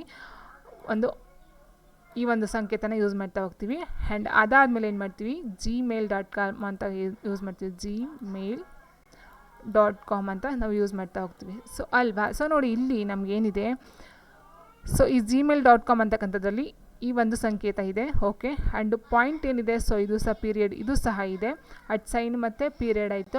ಆ್ಯಂಡ್ ಸ್ಪೇಸು _ ಅಂತ ಕೊಟ್ಟಿದ್ದಾರಲ್ಲ, ಸೊ ಇದೆಲ್ಲ ನೋಡ್ತಾ ಹೋದಾಗ ನಿಮ್ಗೆ ಗೊತ್ತಿರಬಹುದು ಈ ಒಂದು _ ಯೂಸ್ ಮಾಡ್ತಾ ಹೋಗ್ತಾರೆ. ಈ ಒಂದು ಅಂಚೆ ವಿಳಾಸ, ಈ ಅಂಚೆ ಅಥವಾ ಇಮೇಲಲ್ಲಿ _ ಸಹ ಯೂಸ್ ಮಾಡ್ತಾ ಹೋಗ್ತಾರೆ. ಬಟ್ ಸ್ಪೇಸ್ ಏನಿದೆ, ಸೊ ನೀವು ಜಿಮೇಲ್ ಏನು ಓಪನ್ ಮಾಡ್ತೀವಿ ಅಥವಾ ಇಮೇಲ್ ಓಪನ್ ಮಾಡ್ತೀರ ಅಲ್ಲಿ ಸ್ಪೇಸ್ ಅಂತಕ್ಕಂಥ ಒಂದು ಆಪ್ಷನ್ ಬರೋದಿಲ್ಲ, ಅದನ್ನು ತೊಗೊಳ್ಳೋದು ಇಲ್ಲ. ಸೊ ಹಾಗಾಗಿ ನಿಮಗೆ ಸ್ಪೇಸ್ ಅಂತಕ್ಕಂಥದ್ದು ಏನಿದೆ ಇದು ಆನ್ಸರ್ ಆಗ್ತಾ ಹೋಗುತ್ತೆ. Which of the following cannot be a part of an email address? ಇಮೇಲ್ ಅಡ್ರೆಸ್ಸಲ್ಲಿ ಇದನ್ನು ನಾವು ಯೂಸ್ ಮಾಡ್ಬೋದು, ಇದನ್ನು @ ಯೂಸ್ ಮಾಡ್ಬೋದು, _ ಯೂಸ್ ಮಾಡ್ಬೋದು. ಬಟ್ ಸ್ಪೇಸ್ ಅಂತಕ್ಕಂಥದ್ದನ್ನ ನಾವು ಇಮೇಲ್ ಅಡ್ರೆಸ್ಸಲ್ಲಿ ಯೂಸ್ ಮಾಡಿ ಬಳಸೋ ಹಾಗೆ ಇಲ್ಲ. ಸೊ ಇಲ್ಲಿ ಮೇಯ್ನಾಗಿ ಬರ್ತದೆ user name, user I D ಬರುತ್ತೆ, ಯೂಸರ್ ನೇಮ್ ಬರುತ್ತೆ, ಮತ್ತು ಡಾಮಿನ್ ನೇಮ್ ಕೇಳಬಹುದು. ಇಲ್ಲೂ ಸಹ ಕೇಳ್ತಾ ನೋಡಿ. ಈಗ ಫಾರ್ ಎಕ್ಸಾಂಪಲ್ ಅಂದರೆ ಸೌಮ್ಯ ಅಂತ ತೊಗೊಂಡಾಗ, ಸೌಮ್ಯ ಸೌಮ್ಯ ಸೌಮ್ಯ ಅಂತ ನಂದು ಒಂದು ಇದಿದೆ. ಅಯ್ಯೋ ಓಕೆನಾ. ಸೊ ಇಲ್ಲ ಏನಾಗುತ್ತೆ, ಹಟ್ ಸೈನ್ ಅಂತ ಯೂಸ್ ಮಾಡ್ತಾ ಹೋಗ್ತೀವಿ. ಆ್ಯಂಡ್ ಜಿಮೇಲ್ ಓಕೆನಾ. ಸೊ ಈ gmail.com ಅಂತ ಯೂಸ್ ಮಾಡ್ತೀವಿ. ನೋಡಿ ಇಲ್ಲಿ ಸೌಮ್ಯ ಅಂತಕ್ಕಂಥದ್ದು ನಾವು ಇದನ್ನು ಯೂಸರ್ ಐಡಿ ಅಂತ ಯೂಸ್ ಮಾಡ್ತಾ ಹೋಗ್ತೀವಿ. ಆ್ಯಂಡ್ ನೆಕ್ಸ್ಟ್ ಒಂದು ವರ್ಡ್ ಏನು ಬರುತ್ತೆ, ಸೊ ಈ ಸೌಮ್ಯ ಅಂತಕ್ಕಂಥದ್ದು ಯೂಸರ್ ನೇಮ್ ಆಗಿ ಯೂಸ್ ಮಾಡ್ತಾ ಹೋಗ್ತೀವಿ. ಆ್ಯಂಡ್ ಈ gmail.com ಅಂತಕ್ಕಂಥದ್ದು ಏನಿದೆ ಇದು ಡೊಮೈನ್ ನೇಮ್ ಅಂತ ಹೇಳ್ತೀವಿ. ಸೊ ಡೊಮೈನ್ ನೇಮ್ ಇದನ್ನು ಕೇಳ್ತಾರೆ, ಡೊಮೈನ್ ನೇಮ್ ಯಾವುದು ಅಂತ ಕೇಳಬಹುದು.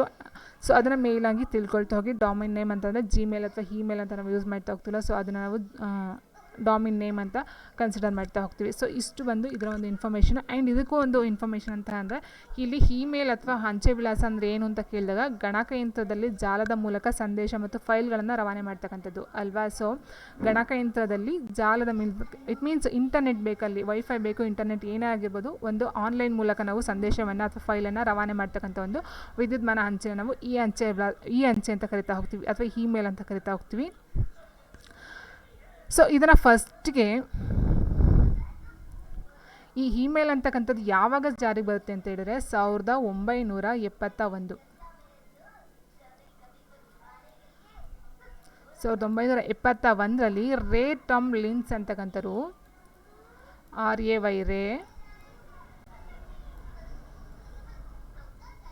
ರೇ Tom TOMM Tom ಲಿನ್ಸ್ ಅಂತಕ್ಕಂಥವ್ರು LINCE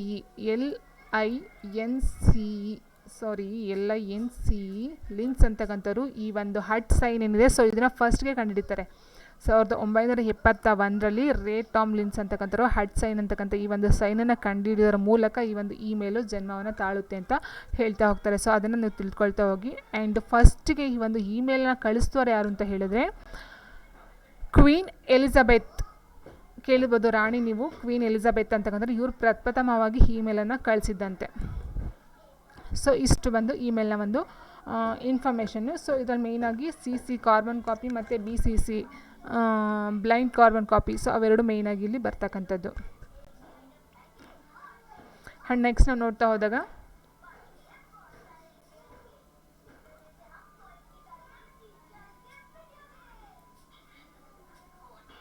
so ನೋಡಿ, ಒಂದು ಎಲೆಕ್ಟ್ರಾನಿಕ್ ಸಂವಹನದಲ್ಲಿ ಒಬ್ಬ ನಂಬಿಕಾರ್ಹ ವ್ಯಕ್ತಿ ಅಥವಾ ಒಂದು ವಹಿವಾಟಿನ ಸೋಗಿನಿಂದ ಪಾಸ್ವರ್ಡ್ಗಳು, ಕ್ರೆಡಿಟ್ ಕಾರ್ಡ್ಗಳು, ಡೆಬಿಟ್ ಕಾರ್ಡ್ಗಳಂಥ ಸೂಕ್ಷ್ಮ ಮಾಹಿತಿಯನ್ನು ಗಳಿಸಲು ಪ್ರಯತ್ನಿಸುತ್ತಿರುವ ನಿರ್ಣಾಯಕವು ಈ ಕೆಳಗಿನಗಳಿಗೆ ಸರಿಯಾಗಿದೆ.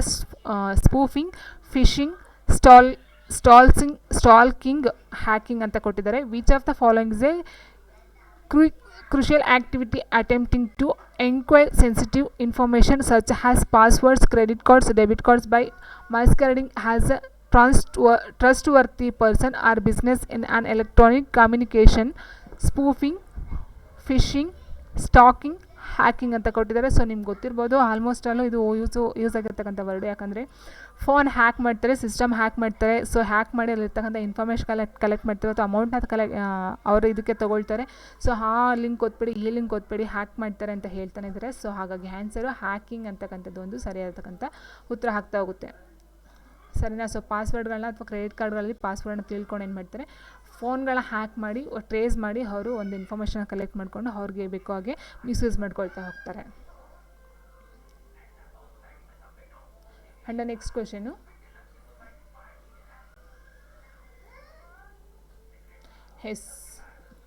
ಮೈಕ್ರೋಸಾಫ್ಟ್ ಆಫೀಸ್ 2007ರಲ್ಲಿ ಪವರ್ ಪಾಯಿಂಟ್ನ ವಿಸ್ತರಣೆ ಏನಂತ ಕೇಳಿದರೆ, what is the extension of power point in Microsoft office 2007.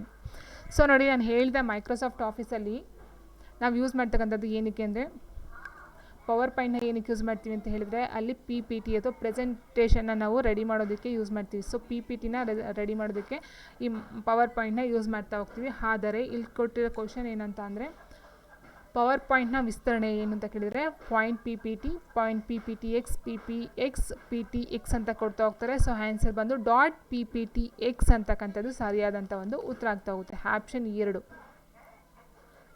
.PPTX ಅಂತಕ್ಕಂಥದ್ದು ಪವರ್ ಪಾಯಿಂಟ್ನ ಒಂದು ವಿಸ್ತರಣೆಯಲ್ಲಿ ಬರ್ತಕ್ಕಂಥದ್ದು. ಸೊ ನಾನು ಹೇಳಿದೆ ಲಾಸ್ಟ್ ಒಂದು ಎಕ್ಸೆಲ್ ಕೊಡ್ತಾರೆ, ಆ್ಯಂಡ್ ಪವರ್ ಪಾಯಿಂಟಲ್ಲಿ ಬರುತ್ತೆ, ಮತ್ತು ಮೈಕ್ರೋಸಾಫ್ಟ್ ವರ್ಡಲ್ಲಿ ಬರುತ್ತೆ. ಸೊ ಅದರದ್ದೇ ಆದಂಥ ಒಂದು ಡಾಕ್ಯುಮೆಂಟ್ಗಳು ಬರ್ತಾ ಹೋಗುತ್ತೆ.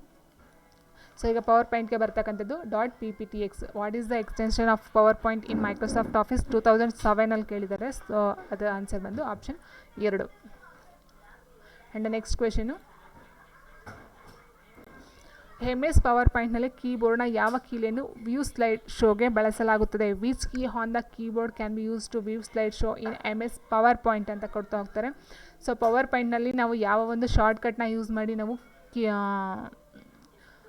ವ್ಯೂ ಸ್ಲೋಡ್ಗೆ ಶೋಗೆ ನಾವು ಬಳಸ್ತೀವಿ ಅಂತ ಕೇಳಿದರೆ ಇಲ್ಲಿ F1 F2 F5 F10 ಅಂತ ಕೊಡ್ತಾ ಹೋಗ್ತಾರೆ. ಸೊ ಇದು ಫಂಕ್ಷನ್ಸ್ ಕೀಗಳು ಅಂತ ಹೇಳ್ತಾ ಹೋಗ್ತೀವಿ. ಟೋಟಲಾಗಿ ನಮಗೆ 12 ಫಂಕ್ಷನ್ಸ್ ಕೀಗಳು ಕಂಡು ಬರ್ತವೆ.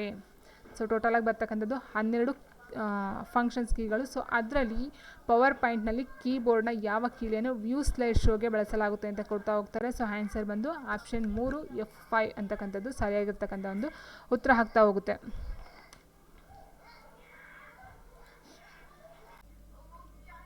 ಸೊ ನೆಕ್ಸ್ಟ್ ಇನ್ನು MS ಪವರ್ ಪಾಯಿಂಟ್ ಬಗ್ಗೆ ನಾವು ನೋಡ್ತೀವಿ ಅನ್ನೋದಾದರೆ ಇದನ್ನು ಸಹ ಮೈಕ್ರೋಸಾಫ್ಟ್ ಸಂಸ್ಥೆಯವರೇ ಈ ಒಂದು MS ಪವರ್ ಪಾಯಿಂಟ್ನ ರೆಡಿ ಮಾಡಿರ್ತಕ್ಕಂಥ MS ಎಕ್ಸೆಲ್ ಆಗಿರ್ಬೋದು MS ಪವರ್ ಪಾಯಿಂಟ್ ಆಗಿರ್ಬೋದು ಎರಡೂ ಸಹ ಮೈಕ್ರೋಸಾಫ್ಟ್ ಸಂಸ್ಥೆಯಿಂದ ಸಿದ್ಧಪಡಿಸ್ತಾ ಹೋಗ್ತಾರೆ. ಸೊ ಇಲ್ಲಿ ಮೇಯ್ನಾಗಿ ಹೇಳಿದಾಗಿನ PPTನ ರೆಡಿ ಮಾಡೋದಕ್ಕೆ ಯೂಸ್ ಮಾಡ್ತಕ್ಕಂಥದ್ದು. ಪವರ್ ಪಾಯಿಂಟ್ನ PPTನ ತಯಾರು ಮಾಡೋದಕ್ಕೆ ಯೂಸ್ ಮಾಡ್ತಾರೆ. ಮೇಯ್ನಾಗಿ ಇಲ್ಲಿ ಏನಂತ ಹೇಳ್ತಾರೆ, ಪ್ರೆಸೆಂಟೇಷನ್ಗಾಗಿ ಬಳಸ್ತಕ್ಕಂಥ ಒಂದು MS ವರ್ಡ್ ಡಾಕ್ಯುಮೆಂಟ್ ಅಂತ ಕೇಳಿದ್ರೆ ಇಲ್ಲಿ ಪವರ್ ಪಾಯಿಂಟ್ ಅಂತ ಹೇಳ್ತಾ ಹೋಗ್ಬೋದು. ಆ್ಯಂಡ್ ಇಲ್ಲಿ ಮೇಯ್ನಾಗಿ ಇದರ ಒಂದು ಇದನ್ನು ನೋಡಿದ್ವಿ, ಏನಂದರೆ ತಂತ್ರಾಂಶ ಫೈಲ್ನ ಯಾವ ರೀತಿ ಕರಿತೀವಿ ಅಂತಿದೆ .ppt ಅಥವಾ PPTX ಅಂತಕ್ಕಂಥ ಒಂದು ಇದರಲ್ಲಿ ನಾವು ಮೆನ್ಷನ್ ಮಾಡ್ತಾ ಹೋಗ್ತೀವಿ. And next question,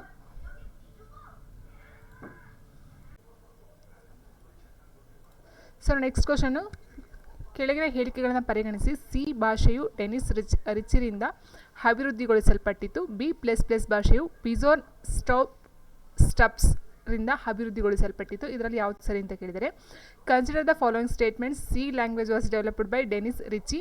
C++ language was developed by Bjarne ಸ್ಟಪ್ ಅಂತ ಕೊಟ್ಟಿದ್ದಾರೆ. ಸೊ ಹೆಸರುಗಳು ಸ್ವಲ್ಪ ಕನ್ಫ್ಯೂಷನ್ ಇದೆ. ಸೊ ನೋಡಿ, ಇಲ್ಲಿ ನಾನು ಆಲ್ರೆಡಿ ಹೇಳಿದಾಗ ಇಲ್ಲಿ ಪಾಸ್ಕಲ್ ಸಹ ಕೊಟ್ಟಿದ್ರು, ಅದು ಸಹ ಭಾಷೆಯಾಗಿತ್ತು. ಸಿ ಮತ್ತು C++ ಇದು ಸಹ ಭಾಷೆಗೆ ಸಂಬಂಧಪಟ್ಟಂತೆ 3 ಕ್ವೆಶನ್ ಕೊಟ್ಟಿದೆ. ಆ್ಯಂಡ್ ಭಾಷೆಗೆ ಸಂಬಂಧಪಟ್ಟಂತೆ ಕಂಪೈಲರ್ಸು ಅದನ್ನು ಕೊಟ್ಟಿದ್ದರು ತುಂಬ, ಮತ್ತು ಯಾಂತ್ರಿಕ ಭಾಷೆ, ಬೈನರಿ ಭಾಷೆ. ಸೊ ಭಾಷೆಗೆ ಸಂಬಂಧಪಟ್ಟಂತೆ ಹೆಚ್ಚಿನ ಕ್ವೆಶನ್ಸ್ಗಳು ಈ ಒಂದು ಎಕ್ಸಾಮಲ್ಲಿ ಬಂದಿದೆ. ಸೊ ಸಿ ಅಂತಕ್ಕಂಥ ಒಂದು ಭಾಷೆಯನ್ನು ಕಂಡಿರ್ತಕ್ಕಂಥವ್ರು ಡೆನಿಸ್ ರಿಚಿ ಅವರೇನೆ. ಸೊ ಇದು ಲಾಸ್ಟ್ ಕ್ವೆಶನಲ್ಲೂ ಬಂದಿತ್ತು, ಲಾಸ್ಟ್ ಕ್ವೆಶನ್ ಪೇಪರಲ್ಲೂ ಬಂದಿತ್ತು ಹೇಳಿದ್ದೆ. ಆ್ಯಂಡ್ C++ ಏನಿದೆ ಇದು ಸಹ ಬಿಜೋನ್ ಸ್ಟಪ್ ಅಂತಕ್ಕಂಥವ್ರು ಅಭಿವೃದ್ಧಿ ಪಡಿಸ್ತಾ ಹೋಗ್ತಾರೆ. ಸೊ ಹಾಗಾಗಿ ಆನ್ಸರ್ 2 ಸರಿ ಇದೆ. ಸಿ ಲ್ಯಾಂಗ್ವೇಜ್ ಬಂದು ಡೆನಿಸ್ ರಿಚಿ ಆ್ಯಂಡ್ C++ ಬಂದು ಬಿಜೋನ್ ಸ್ಟಪ್ ಅಂತಕ್ಕಂಥವ್ರು ಕಂಡುಹಿಡಿತಾ ಹೋಗ್ತಾರೆ. ಸೊ ಹಾಗಾಗಿ ಆನ್ಸರ್ ಬಂದು ಆಪ್ಷನ್ 3 A ಮತ್ತು B ಎರಡೂ ಸರಿ ಇರ್ತಕ್ಕಂಥದ್ದು. ಆ್ಯಂಡ್ ನೆಕ್ಸ್ಟ್ ಕ್ವೆಶನ್ ಹೀಗಿದೆ, ಯಾವ ವಿಧದ ಕಡತಗಳಿಗೆ ಸಾಮಾನ್ಯವಾಗಿ .tmp ಟೆಕ್ಸ್ಟೆನ್ಷನ್ನ ಉಲ್ಲೇಖಿಸುತ್ತಾರೆ ಅಂತ ಕೇಳ್ತಾ ಹೋಗ್ತಾರೆ. So .tmp extension usually refers to what kind of files ಅಂತ ಕೊಟ್ಟಿದ್ದಾರೆ. ಕಾಂಪ್ರೆಸ್ಡ್ ಆರ್ಚಿವ್ ಕಡತಗಳು, ಇಮೇಜ್ ಕಡತಗಳು, ತಾತ್ಕಾಲಿಕ ಕಡತಗಳು ಮತ್ತು ಆಡಿಯೋ ಶ್ರಾವ್ಯ ಅಥವಾ ಕಡತಗಳು. Compressed archive files, image files, temporary files and audio files ಅಂತ ಕೊಡ್ತಾ ಹೋಗ್ತಾರೆ. ಸೊ ನೋಡಿ ಇಲ್ಲಿ, ಸೊ ಆನ್ಸರ್ ಬಂದು ಆಪ್ಷನ್ 3 ಏನಿದೆ, ತಾತ್ಕಾಲಿಕ ಕಡತಗಳು, TMP ಟೆಂಪ್ರವರಿ ಫೈಲ್ ಅಂತಕ್ಕಂಥದ್ದು ಆನ್ಸರ್ ಆಗ್ತಾ ಹೋಗುತ್ತೆ, ಆಪ್ಷನ್ 3. ಆ್ಯಂಡ್ ನೆಕ್ಸ್ಟ್ ಕ್ವೆಶನ್ ಹೀಗಿದೆ,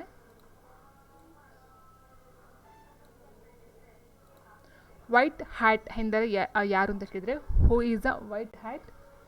ಕೊನೆಯ ಪಕ್ಷ ದುರುದ್ದೇಶ ರಹಿತ ಕಾರಣಗಳಿಗಾಗಿ ಅಥವಾ ಅಧಿಕೃತತೆಗಾಗಿ ಭದ್ರತೆಯನ್ನು ಛೇದಿಸುವ ಹ್ಯಾಕರು. ಅಸ್ಪಷ್ಟ ನೀತಿಗಳ ಅಥವಾ ಗಡಿಯಂಚಿನ ನಿಷ್ಠೆಯ ಆಗಾಗ್ಗೆ ನೇರವಾಗಿ ಸೇರಿಕೆಯಾದ ಹ್ಯಾಕರ್. ಒಂದು ವ್ಯವಸ್ಥೆಯನ್ನು ಅದು ಜಾರಿಗೆ ತರುವ ಮುನ್ನ ಅದರ ಬಗ್ ಪರೀಕ್ಷೆಯನ್ನು ಕೈಗೊಳ್ಳುವ, ಅದರ ಶೋಷಣೆಯನ್ನು ಪರಿಶೀಲಿಸಿ ಅವನ್ನು ಮುಕ್ತಾಯಗೊಳಿಸುವ ಇತರ ಹೊರಗಣ ಕಂಪ್ಯೂಟರ್ ಭದ್ರತಾ ಸಮಾಲೋಚನಾ ಸಂಸ್ಥೆಗಳು ಮೇಲಿನ ಯಾವುದೂ ಅಲ್ಲ ಅಂತ ಕೇಳಿದರೆ.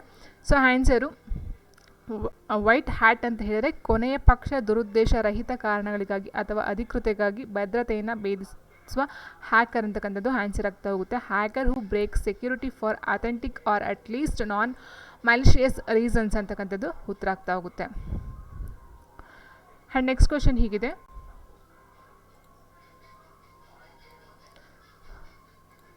ಕೆಳಗಿನ ಹೇಳಿಕೆಗಳನ್ನು ಪರಿಗಣಿಸಿ. ಎರಡನೇ ತಲೆಮಾರಿನ ಕಂಪ್ಯೂಟರ್ಗಳ ಬಗ್ಗೆ ಘಟಕಗಳು ನಿರ್ವಾತ ನಳಿಕೆಗಳು.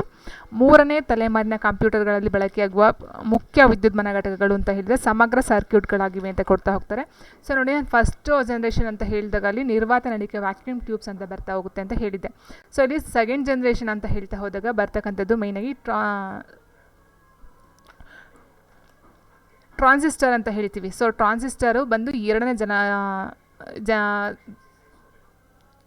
ಜನ್ರೇಷನಲ್ಲಿ ಬರ್ತಕ್ಕಂಥದ್ದು ಟ್ರಾನ್ಸಿಸ್ಟರು. ಬಟ್ ನಿರ್ವಾತ ನಳಿಕೆ ಅಂತಕ್ಕಂಥ ಏನಿದೆ ಇದು ಮೊದಲನೇ ಜನ್ರೇಷನಲ್ಲಿ ಬರ್ತಕ್ಕಂಥದ್ದು. ಸೊ ಹಾಗಾಗಿ ಈ ಒಂದು ಆಯ್ಕೆ ತಪ್ಪಾಗ್ತಾ ಹೋಗುತ್ತೆ. ಆ್ಯಂಡ್ ಮೂರನೇ ತಲೆಮಾರಿನ ಕಂಪ್ಯೂಟರ್ಗಳಂತ ಹೇಳ್ತಾ ಹೋದಾಗ ಇಲ್ಲಿ ಬಂದು IC ಅಂತ ಬರ್ತಾ ಹೋಗುತ್ತೆ. ಇಟ್ ಮೀನ್ಸ್ IC ಅಂತ ಹೇಳಿದಾಗ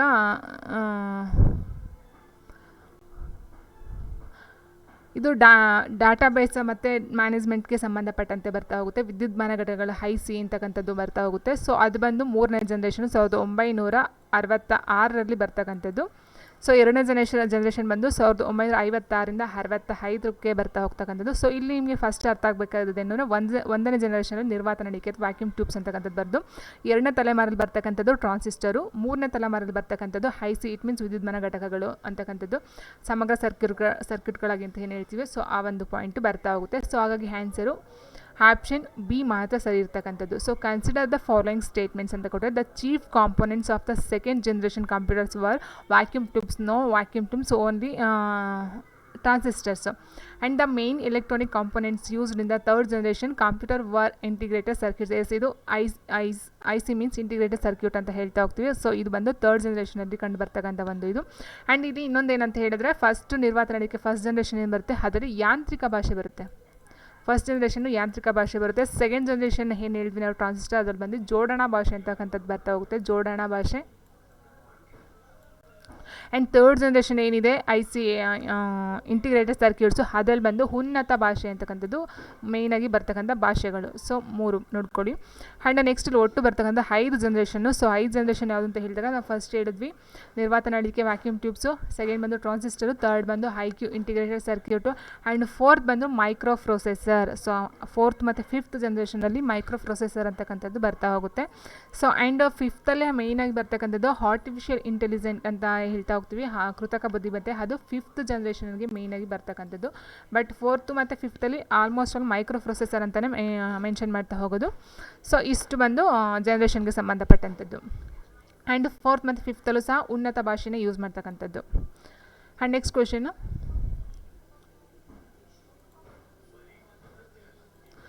MS ವರ್ಡ್ನ ಕುರಿತಾದ ಕೆಳಗಿನ ಹೇಳಿಕೆಗಳನ್ನು ಪರಿಗಣಿಸಿ ಅಂತ ಕೊಟ್ಟರೆ MS ವರ್ಡ್ನಲ್ಲಿ ಬಳಸುವ ಡಿಫಾಲ್ಟ್ ಫಾಂಟ್ ಏರಿಯಲ್ ಆಗಿದೆ. MS ವರ್ಡ್ನಲ್ಲಿ ಡಿಫಾಲ್ಟ್ ಎಡ ಮಾರ್ಜಿನ್ 1.0 ಆಗಿದೆ ಅಂತ ಕೊಟ್ಟಿದ್ದಾರೆ. Consider the following statements about the MS word. Default fonts used in MS word is Arial. Default left margin in MS word is 1.0 ಅಂತಕ್ಕಂಥ ಕೊಡ್ತಿದ್ದಾರೆ. ಸೊ ಇದರಲ್ಲಿ ಯಾವುದು ಸರಿ ಇರ್ತಕ್ಕಂಥ ಹೇಳಿಕೆ ಅಂತ ಕೇಳ್ತಾ ಹೋಗ್ತಾರೆ. ಸೊ ಆನ್ಸರ್ ಬಂದು ಬೋತ್ A ಆ್ಯಂಡ್ B ಅಂತಕ್ಕಂಥದ್ದು ತಪ್ಪಾಗಿರೋದು. ಸೊ B ಅಂತಕ್ಕಂಥದ್ದು ಏನಿದೆ default left margin in MS word is 1.0. So ಇದು ಸರಿಯಾಗಿರ್ತಕ್ಕಂಥ ಉತ್ತರ ಆಗ್ತಾ ಹೋಗುತ್ತೆ. ಸೊ MS ವರ್ಡ್ನಲ್ಲಿ ಬಳಸೋ ಡಿಫಾಲ್ಟ್ ಫಾಂಟ್ ಏರಿಯಲ್ ಅಂತ ಕಟ್ಟಿದ್ದಾರೆ. ಸೊ MS ವರ್ಡ್ನಲ್ಲಿ ಬಳಸ್ತಕ್ಕಂಥ ಡಿಫಾಲ್ಟ್ ಫಾಂಟು ಸೊ ಏರಿಯಲ್ ಅಲ್ಲ. ಸೊ ಆಲ್ಮೋಸ್ಟ್ ಎಷ್ಟೊಂದು ಅಂತ ಹೇಳಿದರೆ, ಸೊ ನೋಡಿ ಇಲ್ಲಿ ಕಾಣಿಸ್ತಿದೆ ನೋಡಿ. ಸೊ ಹೋಮಲ್ಲಿ ಹೋದಾಗ ನಮಗೆ ಇಲ್ಲಿ ಫಾಂಟ್ ಇದೇನಿದೆ ಇಲ್ಲಿ ಲಿಸ್ಟ್ ಇದೆ ನೋಡಿ. ಸೊ ಇಲ್ಲಿ ಇಷ್ಟು ಇದೆ ನೋಡಿ, ಇದು ಏರಿಯಲ್ ಮಾತ್ರ ಫಾಂಟ್ ಆಗಿರೋದಿಲ್ಲ. ಸೊ ಇಷ್ಟು ಸಹ ಭಾಷೆಗಳು ಆ ಒಂದು MS ವರ್ಡಲ್ಲಿ ಕಂಡು ಬರ್ತಕ್ಕಂಥದ್ದು. ಸೊ ಹಾಗಾಗಿ ಏರಿಯಲ್ ಅಂತಕ್ಕಂಥದ್ದು ಒಂದು ಬರೋದಿಲ್ಲ. ಸೊ ಹಾಗಾಗಿ ನಾವೇನು ಮಾಡ್ತಾ ಹೋಗ್ತೀವಿ ಅಂದರೆ ಆನ್ಸರ್ನ ನೋಡಿದಾಗ MS ವರ್ಡ್ನಲ್ಲಿ ಬಳಸುವ ಡಿಫಾಲ್ಟ್ ಫಾಂಟ್ ಏರಿಯಲ್ ಆಗಿದೆ ಅಂತ ಕೊಟ್ಟಿದ್ದಾರೆ. ಸೊ ಏರಿಯಲ್ ಒಂದನ್ನು ಯೂಸ್ ಮಾಡಲ್ಲ, ಆಲ್ಮೋಸ್ಟ್ ಎಲ್ಲ ಒಂದು ಫಾಂಟ್ನ ನಾವು ಯೂಸ್ ಮಾಡ್ತಾ ಹೋಗ್ತೀವಿ. ಸೊ ಹಾಗಾಗಿ ಆನ್ಸರ್ ಬಂದು ಆಪ್ಷನ್ B ಮಾತ್ರ ಸರಿಯಾಗಿರ್ತಕ್ಕಂಥದ್ದು ಅಂತ ನಾವು ಕನ್ಸಿಡರ್ ಮಾಡ್ತಾ ಹೋಗ್ತೀವಿ. ಆ್ಯಂಡ್ ನೆಕ್ಸ್ಟ್ ಕ್ವೆಶನ್ ಹೀಗಿದೆ ನೋಡಿ, 90ನೇ ಕ್ವೆಶನ್ನು. ಕೆಳಗಿನ ದ್ವಾರಕ್ಕೆ ಹೊಂದಕ್ಕೆ ಆಗುವ ಸರಿಯಾದ ಟ್ರೂತ್ ಟೇಬಲ್ ಯಾವುದು ಅಂತ ಕೇಳಿದರೆ, ಸೊ ಆನ್ಸರ್ನ ಇದಕ್ಕೆ ನೇರವಾಗಿ ಹೇಳ್ತಾ ಹೋಗ್ಬಿಡ್ತೀನಿ. ಸೊ ಆನ್ಸರ್ ಬಂದು 90ಕ್ಕೆ ಆಪ್ಷನ್ 2 ಏನಿದೆ, ಸೊ ಇದು ಸರಿಯಾದಂಥ ಒಂದು ಉತ್ತರ ಅಂತ ಹೇಳ್ಬಹುದು. ಆ್ಯಂಡ್ ನೆಕ್ಸ್ಟ್ ಕ್ವೆಶನ್ ಹೀಗಿದೆ, MS ವರ್ಡ್ನಲ್ಲಿ ಬುಲೆಟ್ಸನ್ನು ಸೇರಿಸಲು ಬಳಸುವ ಸಮೀಪದಾರಿ ಈ ಕೆಳಗಿನಲ್ಲಿ ಯಾವುದು? Which of the following shortcut use to insert bullets in MS ವರ್ಡ್ನಲ್ಲಿ ನಾವು ಬುಲೆಟ್ನ ಯೂಸ್ ಮಾಡೋದಕ್ಕೆ ಯಾವ ಒಂದು ಶಾರ್ಟ್ಕಟ್ ಕೀನ ಯೂಸ್ ಮಾಡ್ತೀವಿ ಅಂತ ಕೇಳಿದ್ದಾರೆ. ಸೊ ಆನ್ಸರು Ctrl+Shift+L ಅಂತ ಕೊಟ್ಟಿದ್ದಾರೆ. Ctrl+L, Ctrl+Shift+I, Ctrl+Shift+S ಅಂತ ಕೊಡ್ತಾ ಹೋಗಿದ್ದಾರೆ. ಸೊ ಆನ್ಸರ್ ಬಂದು ಆಪ್ಷನ್ 1 ಏನಿದೆ Ctrl+Shift+L ಅಂತಕ್ಕಂಥದ್ದು ಇದು ಒಂದು ಸರಿಯಾದಂಥ ಒಂದು ಆಯ್ಕೆ ಶಾರ್ಟ್ಕಟ್ ಕೀ ಅಂತ ನಾವು ಹೇಳಬಹುದು. ಆ್ಯಂಡ್ ನೆಕ್ಸ್ಟ್ ನೋಡ್ತಾ ಹೋದಾಗ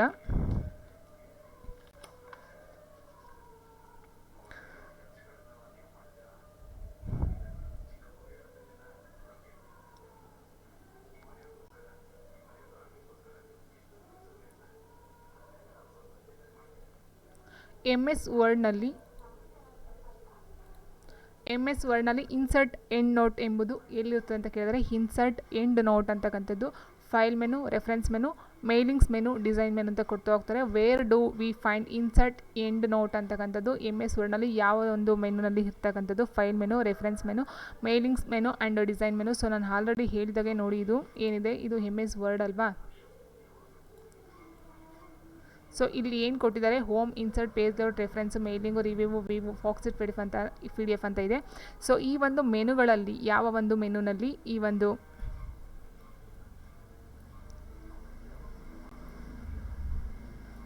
ಒಂದು ಯಾವುದಂತ ಹೇಳಿದಾಗ ಇನ್ಸರ್ಟ್ ಎಂಡ್ ನೋಟ್ ಅಂತಕ್ಕಂಥದ್ದು ಯಾವ ಒಂದು ಇದರಲ್ಲಿ ಕಂಡು ಬರುತ್ತೆ ಅಂತ ಕೇಳಿದರೆ ಸೊ ಆನ್ಸರ್ ಬಂದು ರೆಫರೆನ್ಸ್ ಮೆನು ಅಂತಕ್ಕಂಥದ್ದು ಏನಿದೆ.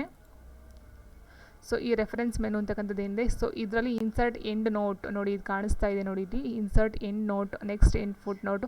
ಸೊ ಇದು ಇನ್ಸರ್ಟ್ ಎಂಡ್ ನೋಟ್ ಅಂತಕ್ಕಂಥದ್ದು ರೆಫರೆನ್ಸ್ ಅಂತಕ್ಕಂಥ ಒಂದು ಆಪ್ಷನಲ್ಲಿ ಮೆನುನಲ್ಲಿ ಇರ್ತಕ್ಕಂಥದ್ದು.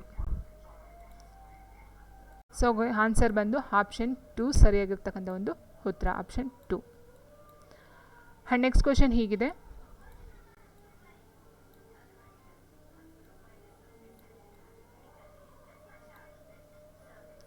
MS ಎಕ್ಸೆಲ್ನಲ್ಲಿ ಈ ಕೆಳಗಿನ ಯಾವುದು ಹೋಲಿಕೆ ಆಪರೇಟಿಂಗ್ ಅಲ್ಲ ಅಂತ ಕೇಳಿದರೆ which of the following is not a comparison operator in MS ಎಕ್ಸೆಲ್ನಲ್ಲಿ ಕೇಳ್ತಾ ಹೋಗ್ತಾರೆ. ಸೊ ಇದಕ್ಕೆ ಆನ್ಸರ್ನ ನೋಡ್ತಾ ಹೋದಾಗ ಆನ್ಸರ್ ಬಂದು ಆಪ್ಷನ್ 2 ಏನಿದೆ ಇದು ಸರಿಯಾಗಿರ್ತಕ್ಕಂಥ ಒಂದು ಉತ್ತರ. ಆ್ಯಂಡ್ ನೆಕ್ಸ್ಟ್ ಕ್ವೆಶನು,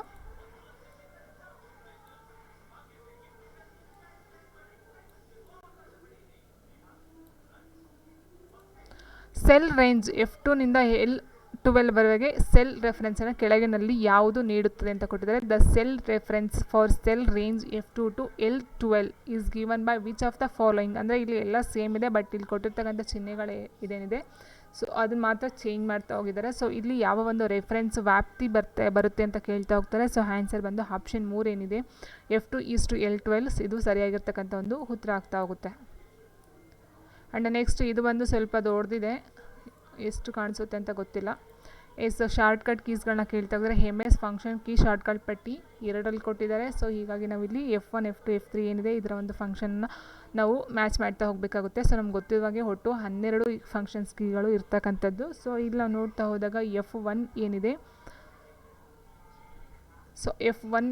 ಸೊ ಇದಕ್ಕೆ ನಾವು ನೋಡ್ತಾ ಹೋದಾಗ ಸೊ ನೋಡಲಿ F1 ಅಂತಕ್ಕಂಥದ್ದು ಹೆಲ್ಪ್ ಮೆನುವನ್ನು ತೆರೆಯುತ್ತದೆ ಅಂತಕ್ಕಂಥದ್ದು, ಸಹಾಯವನ್ನು ಮಾಡ್ತಕ್ಕಂಥದ್ದು ಅಂತ ಕನ್ನಡದಲ್ಲಿ ಹೇಳ್ಬಹುದು. ಆ್ಯಂಡ್ F2 ಏನಿದೆ ಇದು ಆಯ್ಕೆಯಾದ ಸೆಲ್ಲನ್ನು ಎಡಿಟಿಂಗಾಗಿ ಆ್ಯಕ್ಟಿವೇಟ್ಗೊಳಿಸುತ್ತದೆ ಅಂತ ಕೇಳಿದರೆ. ಆ್ಯಂಡ್ ಅಥವಾ ಇಲ್ಲಿ ಅಕ್ಷರ ಅಥವಾ ಆಕೃತಿಗಳನ್ನು ಚಲಿಸುತ್ತದೆ ಅಂತಲೂ ಸಹ ನಾವು ತೊಗೊಳ್ಬೋದು. ಆ್ಯಂಡ್ ಆಯ್ಕೆಯಾದ ಸೆಲ್ಗಳನ್ನು ಎಡಿಟಿಂಗಾಗಿ ಆ್ಯಕ್ಟಿವೇಟ್ಗೊಳಿಸ್ತಕ್ಕಂಥದ್ದು ಆಪ್ಷನ್ 2ಗೆ ಸರಿಯಾಗಿರ್ತಕ್ಕಂಥ ಒಂದು ಉತ್ತರ. ಆ್ಯಂಡ್ ನೆಕ್ಸ್ಟು F4 ಅಂತಕ್ಕಂಥದ್ದು ಏನಿದೆ ಇಲ್ಲಿ F4 ಬಂದು ಹಿಂದಿನ ಕ್ರಿಯೆ ಪುನರಾವರ್ತನೆಗೊಳಿಸ್ತಕ್ಕಂಥದ್ದು, ಹಿಂದಿನ ಕ್ರಿಯೆಯನ್ನು ಪುನರಾವರ್ತನೆಗೊಳಿಸೋದು, ಕೊನೆಯ ಕ್ರಿಯೆಯನ್ನು ಪುನರಾವರ್ತನೆ ಮಾಡ್ತಕ್ಕಂಥದ್ದು ಆಪ್ಷನ್ 4. ಆ್ಯಂಡ್ F7 ಏನಿದೆ ಇದು ಬಂದು ಚೂಸ್ ದ ಸ್ಪೆಲ್ಲಿಂಗ್ ಕಮಾಂಡ್ ಅಂತಕ್ಕಂಥದ್ದು, ಕಾಗುಣಿತ ಅಥವಾ ವ್ಯಾಕರಣ ದೋಷವನ್ನು ಪರೀಕ್ಷೆ ಮಾಡ್ತಕ್ಕಂಥದ್ದು ಬಂದು ಆಪ್ಷನ್ 3 ಏನಿದೆ. ಸೊ ಇದು ಸರಿಯಾದ ಒಂದು ಉತ್ತರ ಆಗ್ತಾ ಹೋಗುತ್ತೆ. ಇಲ್ಲಿ ಮೇಯ್ನಾಗಿ ಇನ್ನು ಒಟ್ಟು ಬರ್ತಕ್ಕಂಥ 12 ಸಹ ನೀವು ನೋಡ್ಕೊಳ್ಬೇಕಾಗುತ್ತೆ. ಇಲ್ಲಿ F1 ಅಂತ ಹೇಳಿದಾಗ ಹೆಲ್ಪ್ ಸಹಾಯವನ್ನು ಮಾಡ್ತಕ್ಕಂಥದ್ದು, F2 ಅಂತ ಹೇಳಿದಾಗ ಆಕೃತಿ ಅಥವಾ ಅಕ್ಷರಗಳನ್ನು ಎಡಿಟಿಂಗ್ಗೋಸ್ಕರ ಆ್ಯಕ್ಟಿವೇಟ್ಗೊಳಿಸ್ತಕ್ಕಂಥದ್ದು. ಆ್ಯಂಡ್ F4 ಅಂತ ತೊಗೊಂಡಾಗ ಇಲ್ಲಿ ಕೊನೆಯ ಅಥವಾ ಹಿಂದಿನ ಕ್ರಿಯೆಯನ್ನು ಪುನರಾವರ್ತನೆಗೊಳಿಸ್ತದೆ. ಆ್ಯಂಡ್ F7 ಅಂತಕ್ಕಂಥದ್ದು ಕಾಗುಣಿತ ಪರೀಕ್ಷೆ ದೋಷವನ್ನು ಇಲ್ಲಿ ಏನು ಮಾಡ್ತಾರೆ ಪರೀಕ್ಷೆಯನ್ನು ಮಾಡ್ತಕ್ಕಂಥದ್ದು F7 ಅಂತಕ್ಕಂಥದ್ದು ಆಗ್ತಾ ಹೋಗುತ್ತೆ. ಸೊ ಇಷ್ಟು ಬಂದು ಇದರ ಒಂದು ಇನ್ಫಾರ್ಮೇಷನು. ಆ್ಯಂಡ್ ನೆಕ್ಸ್ಟು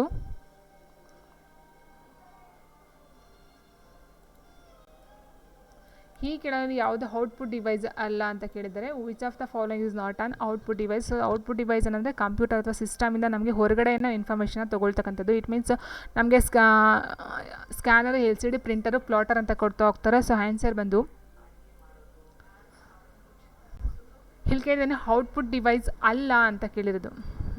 ಔಟ್ಪುಟ್ ಅಂತ ಹೇಳಿದರೆ which of the following is not on output device, scanner, LCD, printer, plotter. So plotter may be ಗೊತ್ತಿರ್ಬೋದು, ಎಲ್ಲೋ ಗೊತ್ತಿಲ್ಲ. LCD, ಪ್ರಿಂಟರು ಮತ್ತು ಪ್ಲಾಟರ್. ಇಟ್ ಮೀನ್ಸ್ ಸ್ಕ್ಯಾನರ್ ಅಂದರೆ ನಾವೊಂದು ಸ್ಕ್ಯಾನ್ ಮಾಡಿಕೊಂಡು ಇನ್ಫಾರ್ಮೇಷನ್ನ ಕಂಪ್ಯೂಟರ್ ಒಳಗಡೆ ತೊಗೊಳ್ತಕ್ಕಂಥದ್ದು. ಓಕೆನಾ. ಸೊ ಇಲ್ಲಿ ಕೇಳೋದೇನೋ ಔಟ್ಪುಟ್ ಡಿವೈಸ್ ಅಲ್ಲ ಅಂತ ಹೇಳಿದ್ದಾರೆ. ಸೊ ಹಾಗಾಗಿ ನಾವು ಸ್ಕ್ಯಾನರ್ ಅಂತಕ್ಕಂಥದ್ದು ಏನು ಮಾಡುತ್ತೆ, ಇನ್ಪುಟ್ ಆಗುತ್ತದು. ಸೊ ನಾವು ಒಂದು ಸ್ಕ್ಯಾನ್ನ ಇಡ್ತೀವಿ ಅಂದರೆ ಅದು ಸ್ಕ್ಯಾನ್ ಮಾಡಿ ಕಂಪ್ಯೂಟರ್ ಸಿಸ್ಟಮ್ ಒಳಗಡೆ ತೊಗೊಳ್ತಕ್ಕಂಥದ್ದು. ಅದು ಬಂದು ಇನ್ಪುಟ್ ಸಾಧನ. ಸೊ ಹಾಗಾಗಿ ಅದನ್ನು ನಾವು ಔಟ್ಪುಟ್ ಸಾಧನ ಅಲ್ಲ ಅಂತ ಹೇಳಬಹುದು, ಇನ್ಪುಟ್ಟು. ಇನ್ನು LCD ಅಂತಕ್ಕಂಥದ್ದು ಇದು ಔಟ್ಪುಟ್, ಯಾಕಂದರೆ ಅದು ಪಿಕ್ಚರ್ TVನೇ ಆಗಿರ್ಬೋದು ಅಥವಾ ಸಿಸ್ಟಮ್ ಆಗಿರ್ಬೋದು. LCD ಅಂತ ಹೇಳಿದಾಗ ಮೇಲ್ಗಡೆ ಏನು ಪರದೆಯಲ್ಲಿ ಕಾಣುತ್ತೆ ನಾವು ಡಿವೈಸು, ಸೊ ಅದನ್ನು ನೋಡಬಹುದು. ಸೊ ನಮಗೆ ಅದು ಔಟ್ಪುಟ್ ಆಗುತ್ತೆ. ಆ್ಯಂಡ್ ಪ್ರಿಂಟರ್ ಅಂತ ತೊಗೊಂಡಾಗ ಸಿಸ್ಟಮಲ್ಲಿ ಇರ್ತಕ್ಕಂಥ ಒಂದು PDF ನಾವೇನು ಮಾಡ್ತೀವಿ, ಪ್ರಿಂಟರ್ ಮೂಲಕ ಹೊರಗಡೆ ತೊಗೊಳ್ತೀವಿ. ಸೊ ಹಾಗಾಗಿ ಅದು ಸಹ ಔಟ್ಪುಟ್ ಆಗ್ತಾ ಹೋಗುತ್ತೆ. ಆ್ಯಂಡ್ ಪ್ಲಾಟರು ಸಹ ಅಷ್ಟೇ, ಇದು ಸಹ ಔಟ್ಪುಟ್ ಸಾಧನ. ಸೊ ಹಾಗಾಗಿ ಸ್ಕ್ಯಾನರ್ ಅಂತಕ್ಕಂಥದ್ದು ಇನ್ಪುಟ್ ಆಗಿರೋದನ್ನ ನಾವು ಆನ್ಸರ್ನ ಸ್ಕ್ಯಾನರ್ ಅಂತ ಮೆನ್ಷನ್ ಮಾಡಬೇಕಾಗುತ್ತೆ. ಆ್ಯಂಡ್ ನೆಕ್ಸ್ಟ್ ಕ್ವೆಶನ್ ಹೀಗಿದೆ, ENIAC ಎಂದು ಕುರಿತ ಈ ಕೆಳಗಲ್ಲಿ ಯಾವುದು ಸರಿಯಾಗಿದೆ ಅಂತ ಕೇಳಿದರೆ, so which of the following is true about ENIAC ಅಂತಕ್ಕಂಥ ಒಂದು ಅಬ್ರಿವೇಷನ್ನ ಫಸ್ಟ್ ನಾವು ನೋಡ್ತಾ ಹೋದಾಗ, ಸೊ ನೋಡಿ ENIAC. ಸೊ ಇದರ ಒಂದು ಅಬ್ರಿವೇಷನ್ ನೋಡ್ತಾ ಹೋದಾಗ electronic numerical integrator and computer ಅಂತ ಕೊಡ್ತಾರೆ. So electronic numerical integrator and computer ಅಂತಕ್ಕಂಥ ಒಂದು ಅಬ್ರಿವೇಷನ್ ತಗೋಬಹುದು. ಸೊ ಇದರ ಒಂದು ಮೇಲೆ ನಾವು ನೋಡ್ತಾ ಹೋದಾಗ ಇದು ಚಾರ್ಲ್ಸ್ ಬೇಬೇಜಿಂದ ಬೆಳವಣಿಗೆಯಾಗಿದೆ. ಇದು ಮೊದಲ stored program electronic digital computer. ಇದು ಒಂದು ಎಲೆಕ್ಟ್ರೋ ಮೆಕ್ಯಾನಿಕಲ್ ಕಂಪ್ಯೂಟರು. ಇದು ನಿರ್ವಾತ ನಳಿಕೆಗಳನ್ನು ಬಳಸುತ್ತದೆ ಅಂತ ಕೊಟ್ಟಿದ್ದಾರೆ. So which of the following is true about ENIAC ಅಂತಕ್ಕಂಥ ಕೊಟ್ಟಾಗ it was developed by Charles Babbage and it was first stored program electronic digital computer. It was an electromechanical computer ಅಂತ ಕೊಟ್ಟಿದ್ದಾರೆ. So it is used vacuum tubes ಅಂತ ಕೊಡ್ತಾ ಹೋಗ್ತಾರೆ. So answer ಇದಕ್ಕೆ ನೋಡ್ತಾ ಹೋದಾಗ ಆನ್ಸರ್ 4 ಏನಿದೆ, it is used vacuum tubes ಅಂತಕ್ಕಂಥದ್ದು. ಇದು ನಿರ್ವಾತ ನಳಿಕೆಗಳನ್ನು ಬಳಸುತ್ತದೆ, ವ್ಯಾಕ್ಯೂಮ್ ಟ್ಯೂಬ್ಸ್ ಅಂತಕ್ಕಂಥದ್ದು. ಇಟ್ ಮೀನ್ಸ್ ಇದು ಫಸ್ಟ್ ಜನ್ರೇಷನಲ್ಲಿ ಬರ್ತಕ್ಕಂಥದ್ದು. ಸೊ ಇಲ್ಲಿ ಬಳಸ್ತಕ್ಕಂಥದ್ದು ಈ ಒಂದು ENIAC ಏನಿದೆ, ಸೊ ಇದು ಈ ಒಂದು ನಿರ್ವಾತ ನಳಿಕೆಯಲ್ಲಿ ಬಳಸ್ತಾ ಹೋಗ್ತಾರೆ ಅಂತ ಹೇಳ್ತಕ್ಕಂಥದ್ದು. ಹಾಗೆ ನೆಕ್ಸ್ಟ್ ಕ್ವೆಶನು, ಪೆಟಾಬೈಟ್ ಎಂಬ ಪದವು ಇದಕ್ಕೆ ಸಂಬಂಧಿಸಿದೆ ಅಂತ ಕೊಟ್ಟಿದ್ದಾರೆ. ಸೊ ನಾನು ಹೇಳಿದೆ ಇದ್ರ ಬಗ್ಗೆ ಲಾಸ್ಟ್ ಒಂದು ವೀಡಿಯೋದಲ್ಲಿ, ಇದ್ರ ಕಂಪ್ಲೀಟ್ ಇದನ್ನು ಹೇಳಿದ್ದೆ. ಸೊ ಯಾವ ರೀತಿ ಅಂತ ಹೇಳಿದರೆ, ಸೊ 4 ಬಿಟ್ ಮತ್ತು 8 ಬಿಟ್ಗೆ ಏನಂತ ಕೇಳ್ತಾರೆ, ಮತ್ತು ಕಿಲೋಬೈಟ್ಗೆ ಏನಂತಾರೆ, ಮೆಗಾ, ಗಿಗಾ, ತೆರಾ. ಸೊ ಇದೆಲ್ಲ ಬಂದಿತ್ತು ಲಾಸ್ಟ್ ಒಂದು ವೀಡಿಯೋದ ನಾನು ಹೇಳಿದ್ದೆ. ಯಾರೆಲ್ಲ ನೋಡಿಲ್ಲ ಸೊ ನೋಡ್ಕೊಂಡು ಬನ್ನಿ, ಪದೇ ಅದನ್ನೇ ಹೇಳೋದಕ್ಕೂ ಸಹ ಆಗೋದು ಕಷ್ಟ ಆಗುತ್ತೆ. ಸೊ ನೋಡಿ ಇಲ್ಲಿ ಪೆಟಾಬೈಟ್ ಅಂತ ಹೇಳಿದಾಗ ಎಷ್ಟು ಪೆಟಾಬೈಟ್ಗೆ ಅಂತ ಕೇಳಿದಾಗ TB, MB, GB, EB ಅಂತ ಕೊಡ್ತಾವ್ರೆ. ಸೊ 1024 ಅಂತಕ್ಕಂಥದ್ದು ಎಲ್ಲದರಲ್ಲೂ ಕಾಮನ್ ಆಗಿ ಬರ್ತಕ್ಕಂಥದ್ದು. ಬಟ್ ಇಲ್ಲಿ TBನ, MBನ, GBನ, EBನ ಅಂತಕ್ಕಂಥದ್ದು ಮೈನ್ ಇದಾಗ್ತಾ ಹೋಗುತ್ತೆ. ಸೊ ಆನ್ಸರ್ ನಾವು ನೋಡ್ತಾ ಹೋದಾಗ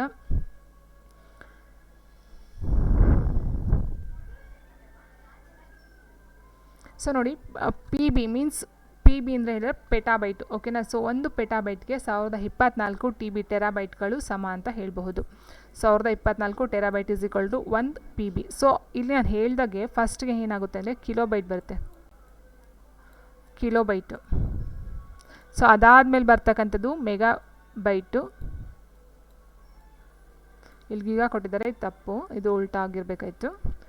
ಆ್ಯಂಡ್ ನೆಕ್ಸ್ಟ್ ಬಂದು ಮೆಗಾ ಆದಮೇಲೆ ಗೀಗಾ ಬೈಟ್ ಬರಬೇಕು. ಗೀಗಾ ಆದಮೇಲೆ ಟೆರಾ ಬರೋದು TB. ಆ್ಯಂಡ್ ಅದಾದಮೇಲೆ PB ಬರ್ತಕ್ಕಂಥದ್ದು ಪೆಟಾಬೈಟು. ಅದಾದ ನಂತರ EB ಬರ್ತಕ್ಕಂಥದ್ದು ಹೆಕ್ಸಾಬೈಟು. ಅದಾದ ನಂತರ ಬರ್ತಕ್ಕಂಥದ್ದು ZB. ಝೆಟಾ ಬೈಟು. ಅದಾದ ನಂತರ ಲಾಸ್ಟ್ ಬರ್ತಕ್ಕಂಥದ್ದು ವೈ ಬಿ, ಅಂದರೆ ಹೆಟಾ ಬೈಟ್ ಇದೆ ಲಾಸ್ಟ್ ಒಂದು ಮೇಯ್ನ್ ಜಾಸ್ತಿ ಒಂದು ಅಳತೆನ ಹೊಂದಿರತಕ್ಕಂಥದ್ದು ವೈ ಬಿ ಏನಿದೆ ಹೆಟಾ ಬೈಟ್ ಅಂತಕ್ಕಂಥದ್ದು. ಸೊ ನೋಡಿ ಇಲ್ಲಿ ನೀವು ಫಸ್ಟ್ ನೋಡ್ಕೋಬೇಕದು kilobyte, megabyte, giga. So kilo, mega, giga, tera, peta, hexa, zetta, ಹೆಟಾ. ಸೊ ಈ ಒಂದು ರೇಂಜಲ್ಲಿ ನೀವು ನೋಡ್ಕೊಳ್ತಾ ಹೋಗ್ಬೇಕು. ಅಂದರೆ 1024 ಎಲ್ಲದಕ್ಕೂ ಕಾಮನ್ ಆಗಿ ಎಲ್ಲದಕ್ಕೂ ಬರ್ತಕ್ಕಂಥ 1024. ಬಟ್ ನೀವೊಂದು ಇದನ್ನು ಫಾರ್ಮೇಟ್ ಹಾಕೊಬಿಡಿ. ಏನಂತ ಹೇಳಿದರೆ ಈಗ ಕೆ ಬಿ ಅಂತಕ್ಕಂಥದ್ದು ಬೇಡ, K M G T P E Z Y. So ಈ ಥರ ಹಾಕ್ಕೊಂಡಾಗ ನಿಮಗೆ ಯಾವುದು ದೊಡ್ಡದು ಅಂತಕ್ಕಂಥದ್ದು ಅರ್ಥ ಆಗ್ತಾ ಹೋದೆ. ಸೊ ಇಷ್ಟು ನೀವು ಸ್ಪೆಲ್ಲಿಂಗ್ಗಳನ್ನ ನೋಡ್ಕೊಂಡ್ಬಿಡಿ. K N G T P E Z X ಈ ಒಂದು ರೇಂಜಲ್ಲಿ ನೀವು ಆರ್ಡರ್ ವೈಸ್ ಆಗಿ ನೀವು ನೋಡ್ಕೊಂಡಾಗ ಯಾವ್ದು ದೊಡ್ಡದು ಯಾವ್ದು ಚಿಕ್ಕದು ಅಂತ ನಿಮ್ಗೆ ಗೊತ್ತಾಗ್ತಾ ಹೋಗುತ್ತೆ. ಸೊ ಇಲ್ಲಿ ಏನಾಗುತ್ತೆ ನೋಡಿ, ಇಲ್ಲಿ ಕಿಲೋ ಬೈಟ್ ಅಂತ ಕೊಟ್ಟಿದ್ದಾರೆ. ಸೊ 1 ಕಿಲೋ ಬೈಟ್ ಅಂತ ಕೊಟ್ಟಿದ್ದಾರೆ. ಅದಾದ ನಂತರ ಎಮ್ ಬಿಗೆ ಎಷ್ಟು 1024 ಕಿಲೋ ಬೈಟು, ಜಿ ಬಿಗೆ ಎಷ್ಟು 1024 ಮೆಗಾಬೈಟು. ಸೊ ಟೆರಾಬೈಟ್ಗೆ ಎಷ್ಟು 1024 ಗಿಗಾಬೈಟು. ಸೊ ಇಷ್ಟೇ ಅನ್ಕೋಬೇಕಾದ್ರೆ ನೀವು. ಸೊ ಫಸ್ಟ್ ನೀವೇನು ಮಾಡಬೇಕಂದ್ರೆ ಈ ಒಂದು ಆರ್ಡರ್ ವೈಸಲ್ಲಿ ಈ ಸ್ಪೆಲ್ಲಿಂಗ್ಗಳನ್ನ ನೀವು ನೋಡ್ಕೊಳ್ತಾ ಹೋಗಬೇಕಾಗುತ್ತೆ. And next question, M S ಎಕ್ಸೆಲ್ನಲ್ಲಿ ಈಕ್ವಲ್ಸ್ ರೌಂಡ್ ಇದು ಏನಿದೆ ಸೂತ್ರದ ಲೆಕ್ಕಿಸಲಾದ ಮೌಲ್ಯವು ಅಂತ ಕೊಟ್ಟಿದೆ. The calculated value of the formula in M S Excel is ಅಂತ ಕೊಟ್ಟಿದ್ದಾರೆ. ಸೊ ಇದಕ್ಕೆ ಆನ್ಸರ್ನ ನೋಡ್ತಾ ಹೋದಾಗ ಆನ್ಸರ್ ಬಂದು ಆಪ್ಷನ್ 2, 4 ಅಂತಕ್ಕಂಥದ್ದು ಸರಿಯಾಗಿರ್ತಕ್ಕಂಥ ಒಂದು ಉತ್ತರ ಆಗ್ತಾ ಹೋಗುತ್ತೆ. ಬಟ್ ಇದು ಹೇಗೆ ಏನು ಅಂತ ಖಂಡಿತ ಕೇಳಬೇಡಿ. And next question, so last ಒಂದು ಫ್ಲೋ ಚಾರ್ಟ್ನಲ್ಲಿ ನಿರ್ಧಾರದ ಬಿಂದುವನ್ನು ಪ್ರತಿನಿಧಿಸಲು ಈ ಕೆಳಗಂಡ ಯಾವ ಚಿಹ್ನೆಯನ್ನು ಬಳಸಲಾಗುತ್ತದೆ. Which of the following symbol is use to represent decision point in the flowchart. So ಇಲ್ಲಿ ಡಿಸಿಷನ್ ಪಾಯಿಂಟ್ಗೆ ನಾವು ಯೂಸ್ ಮಾಡ್ತಕ್ಕಂಥ ಫ್ಲೋ ಚಾರ್ಟ್ ಯಾವುದು ಅಂತ ಕೇಳ್ತಾ ಹೋಗ್ತಾರೆ. ಸೊ ನಾವು ಆನ್ಸರ್ನ ನೋಡ್ತಾ ಹೋದಾಗ ಆನ್ಸರ್ ಬಂದು ಆಪ್ಷನ್ 1 ಏನಿದೆ. ಸೊ ಇದು ನಾವು ಫ್ಲೋ ಚಾರ್ಟ್ ಅಂತ ಹೇಳಬಹುದು. ಸೊ ನೋಡಿ ಇಲ್ಲಿ ಫ್ಲೋ ಲೈನ್ ಅಂದರೆ ಇದನ್ನು ಫ್ಲೋ ಲೈನ್ ಅಂತ ಕರಿತೀವಿ, ಇದನ್ನ ಟರ್ಮಿನಲ್ ಅಂತ ಕರಿತೀವಿ, ಇದನ್ನು ಪ್ರೋಸೆಸ್ ಅಂತ ಕರಿತೀವಿ. ಸೊ ಇದನ್ನು ಡಿಸಿಷನ್ ಇಲ್ಲಿ ಕೊಟ್ಟಿದ್ದಲ್ಲ ಲಾಸ್ಟ್ ಕ್ವಶನು. ಸೊ ಅದು ಡಿಸಿಷನ್ನು. ಸೊ ಇದನ್ನು ಇನ್ಪುಟ್ ಔಟ್ಪುಟ್ ಅಂತ ಸಿಂಬಲ್ಗೆ ಯೂಸ್ ಮಾಡ್ತಾ ಹೋಗ್ತೀವಿ. ಆ್ಯಂಡ್ ಈ ಒಂದು ಇದು ಬಂದು ಪ್ರೆಡಿಫೈನ್ಡ್ ಪ್ರೋಸೆಸ್ ಅಂತ ಯೂಸ್ ಮಾಡ್ತಾ ಹೋಗ್ತೀವಿ. ಆ್ಯಂಡ್ ಸರ್ಕಲ್ ಇದು ಬಂದು ಕನೆಕ್ಟರ್ಗೆ ಯೂಸ್ ಮಾಡ್ತಕ್ಕಂಥ ಮೇಯ್ನಾಗಿ ಇದನ್ನು ಸಹ ಕೊಡ್ತಾ ಹೋಗ್ತಾರೆ. ಸೊ ನೋಡ್ಕೋಬಹುದು ನೀವು.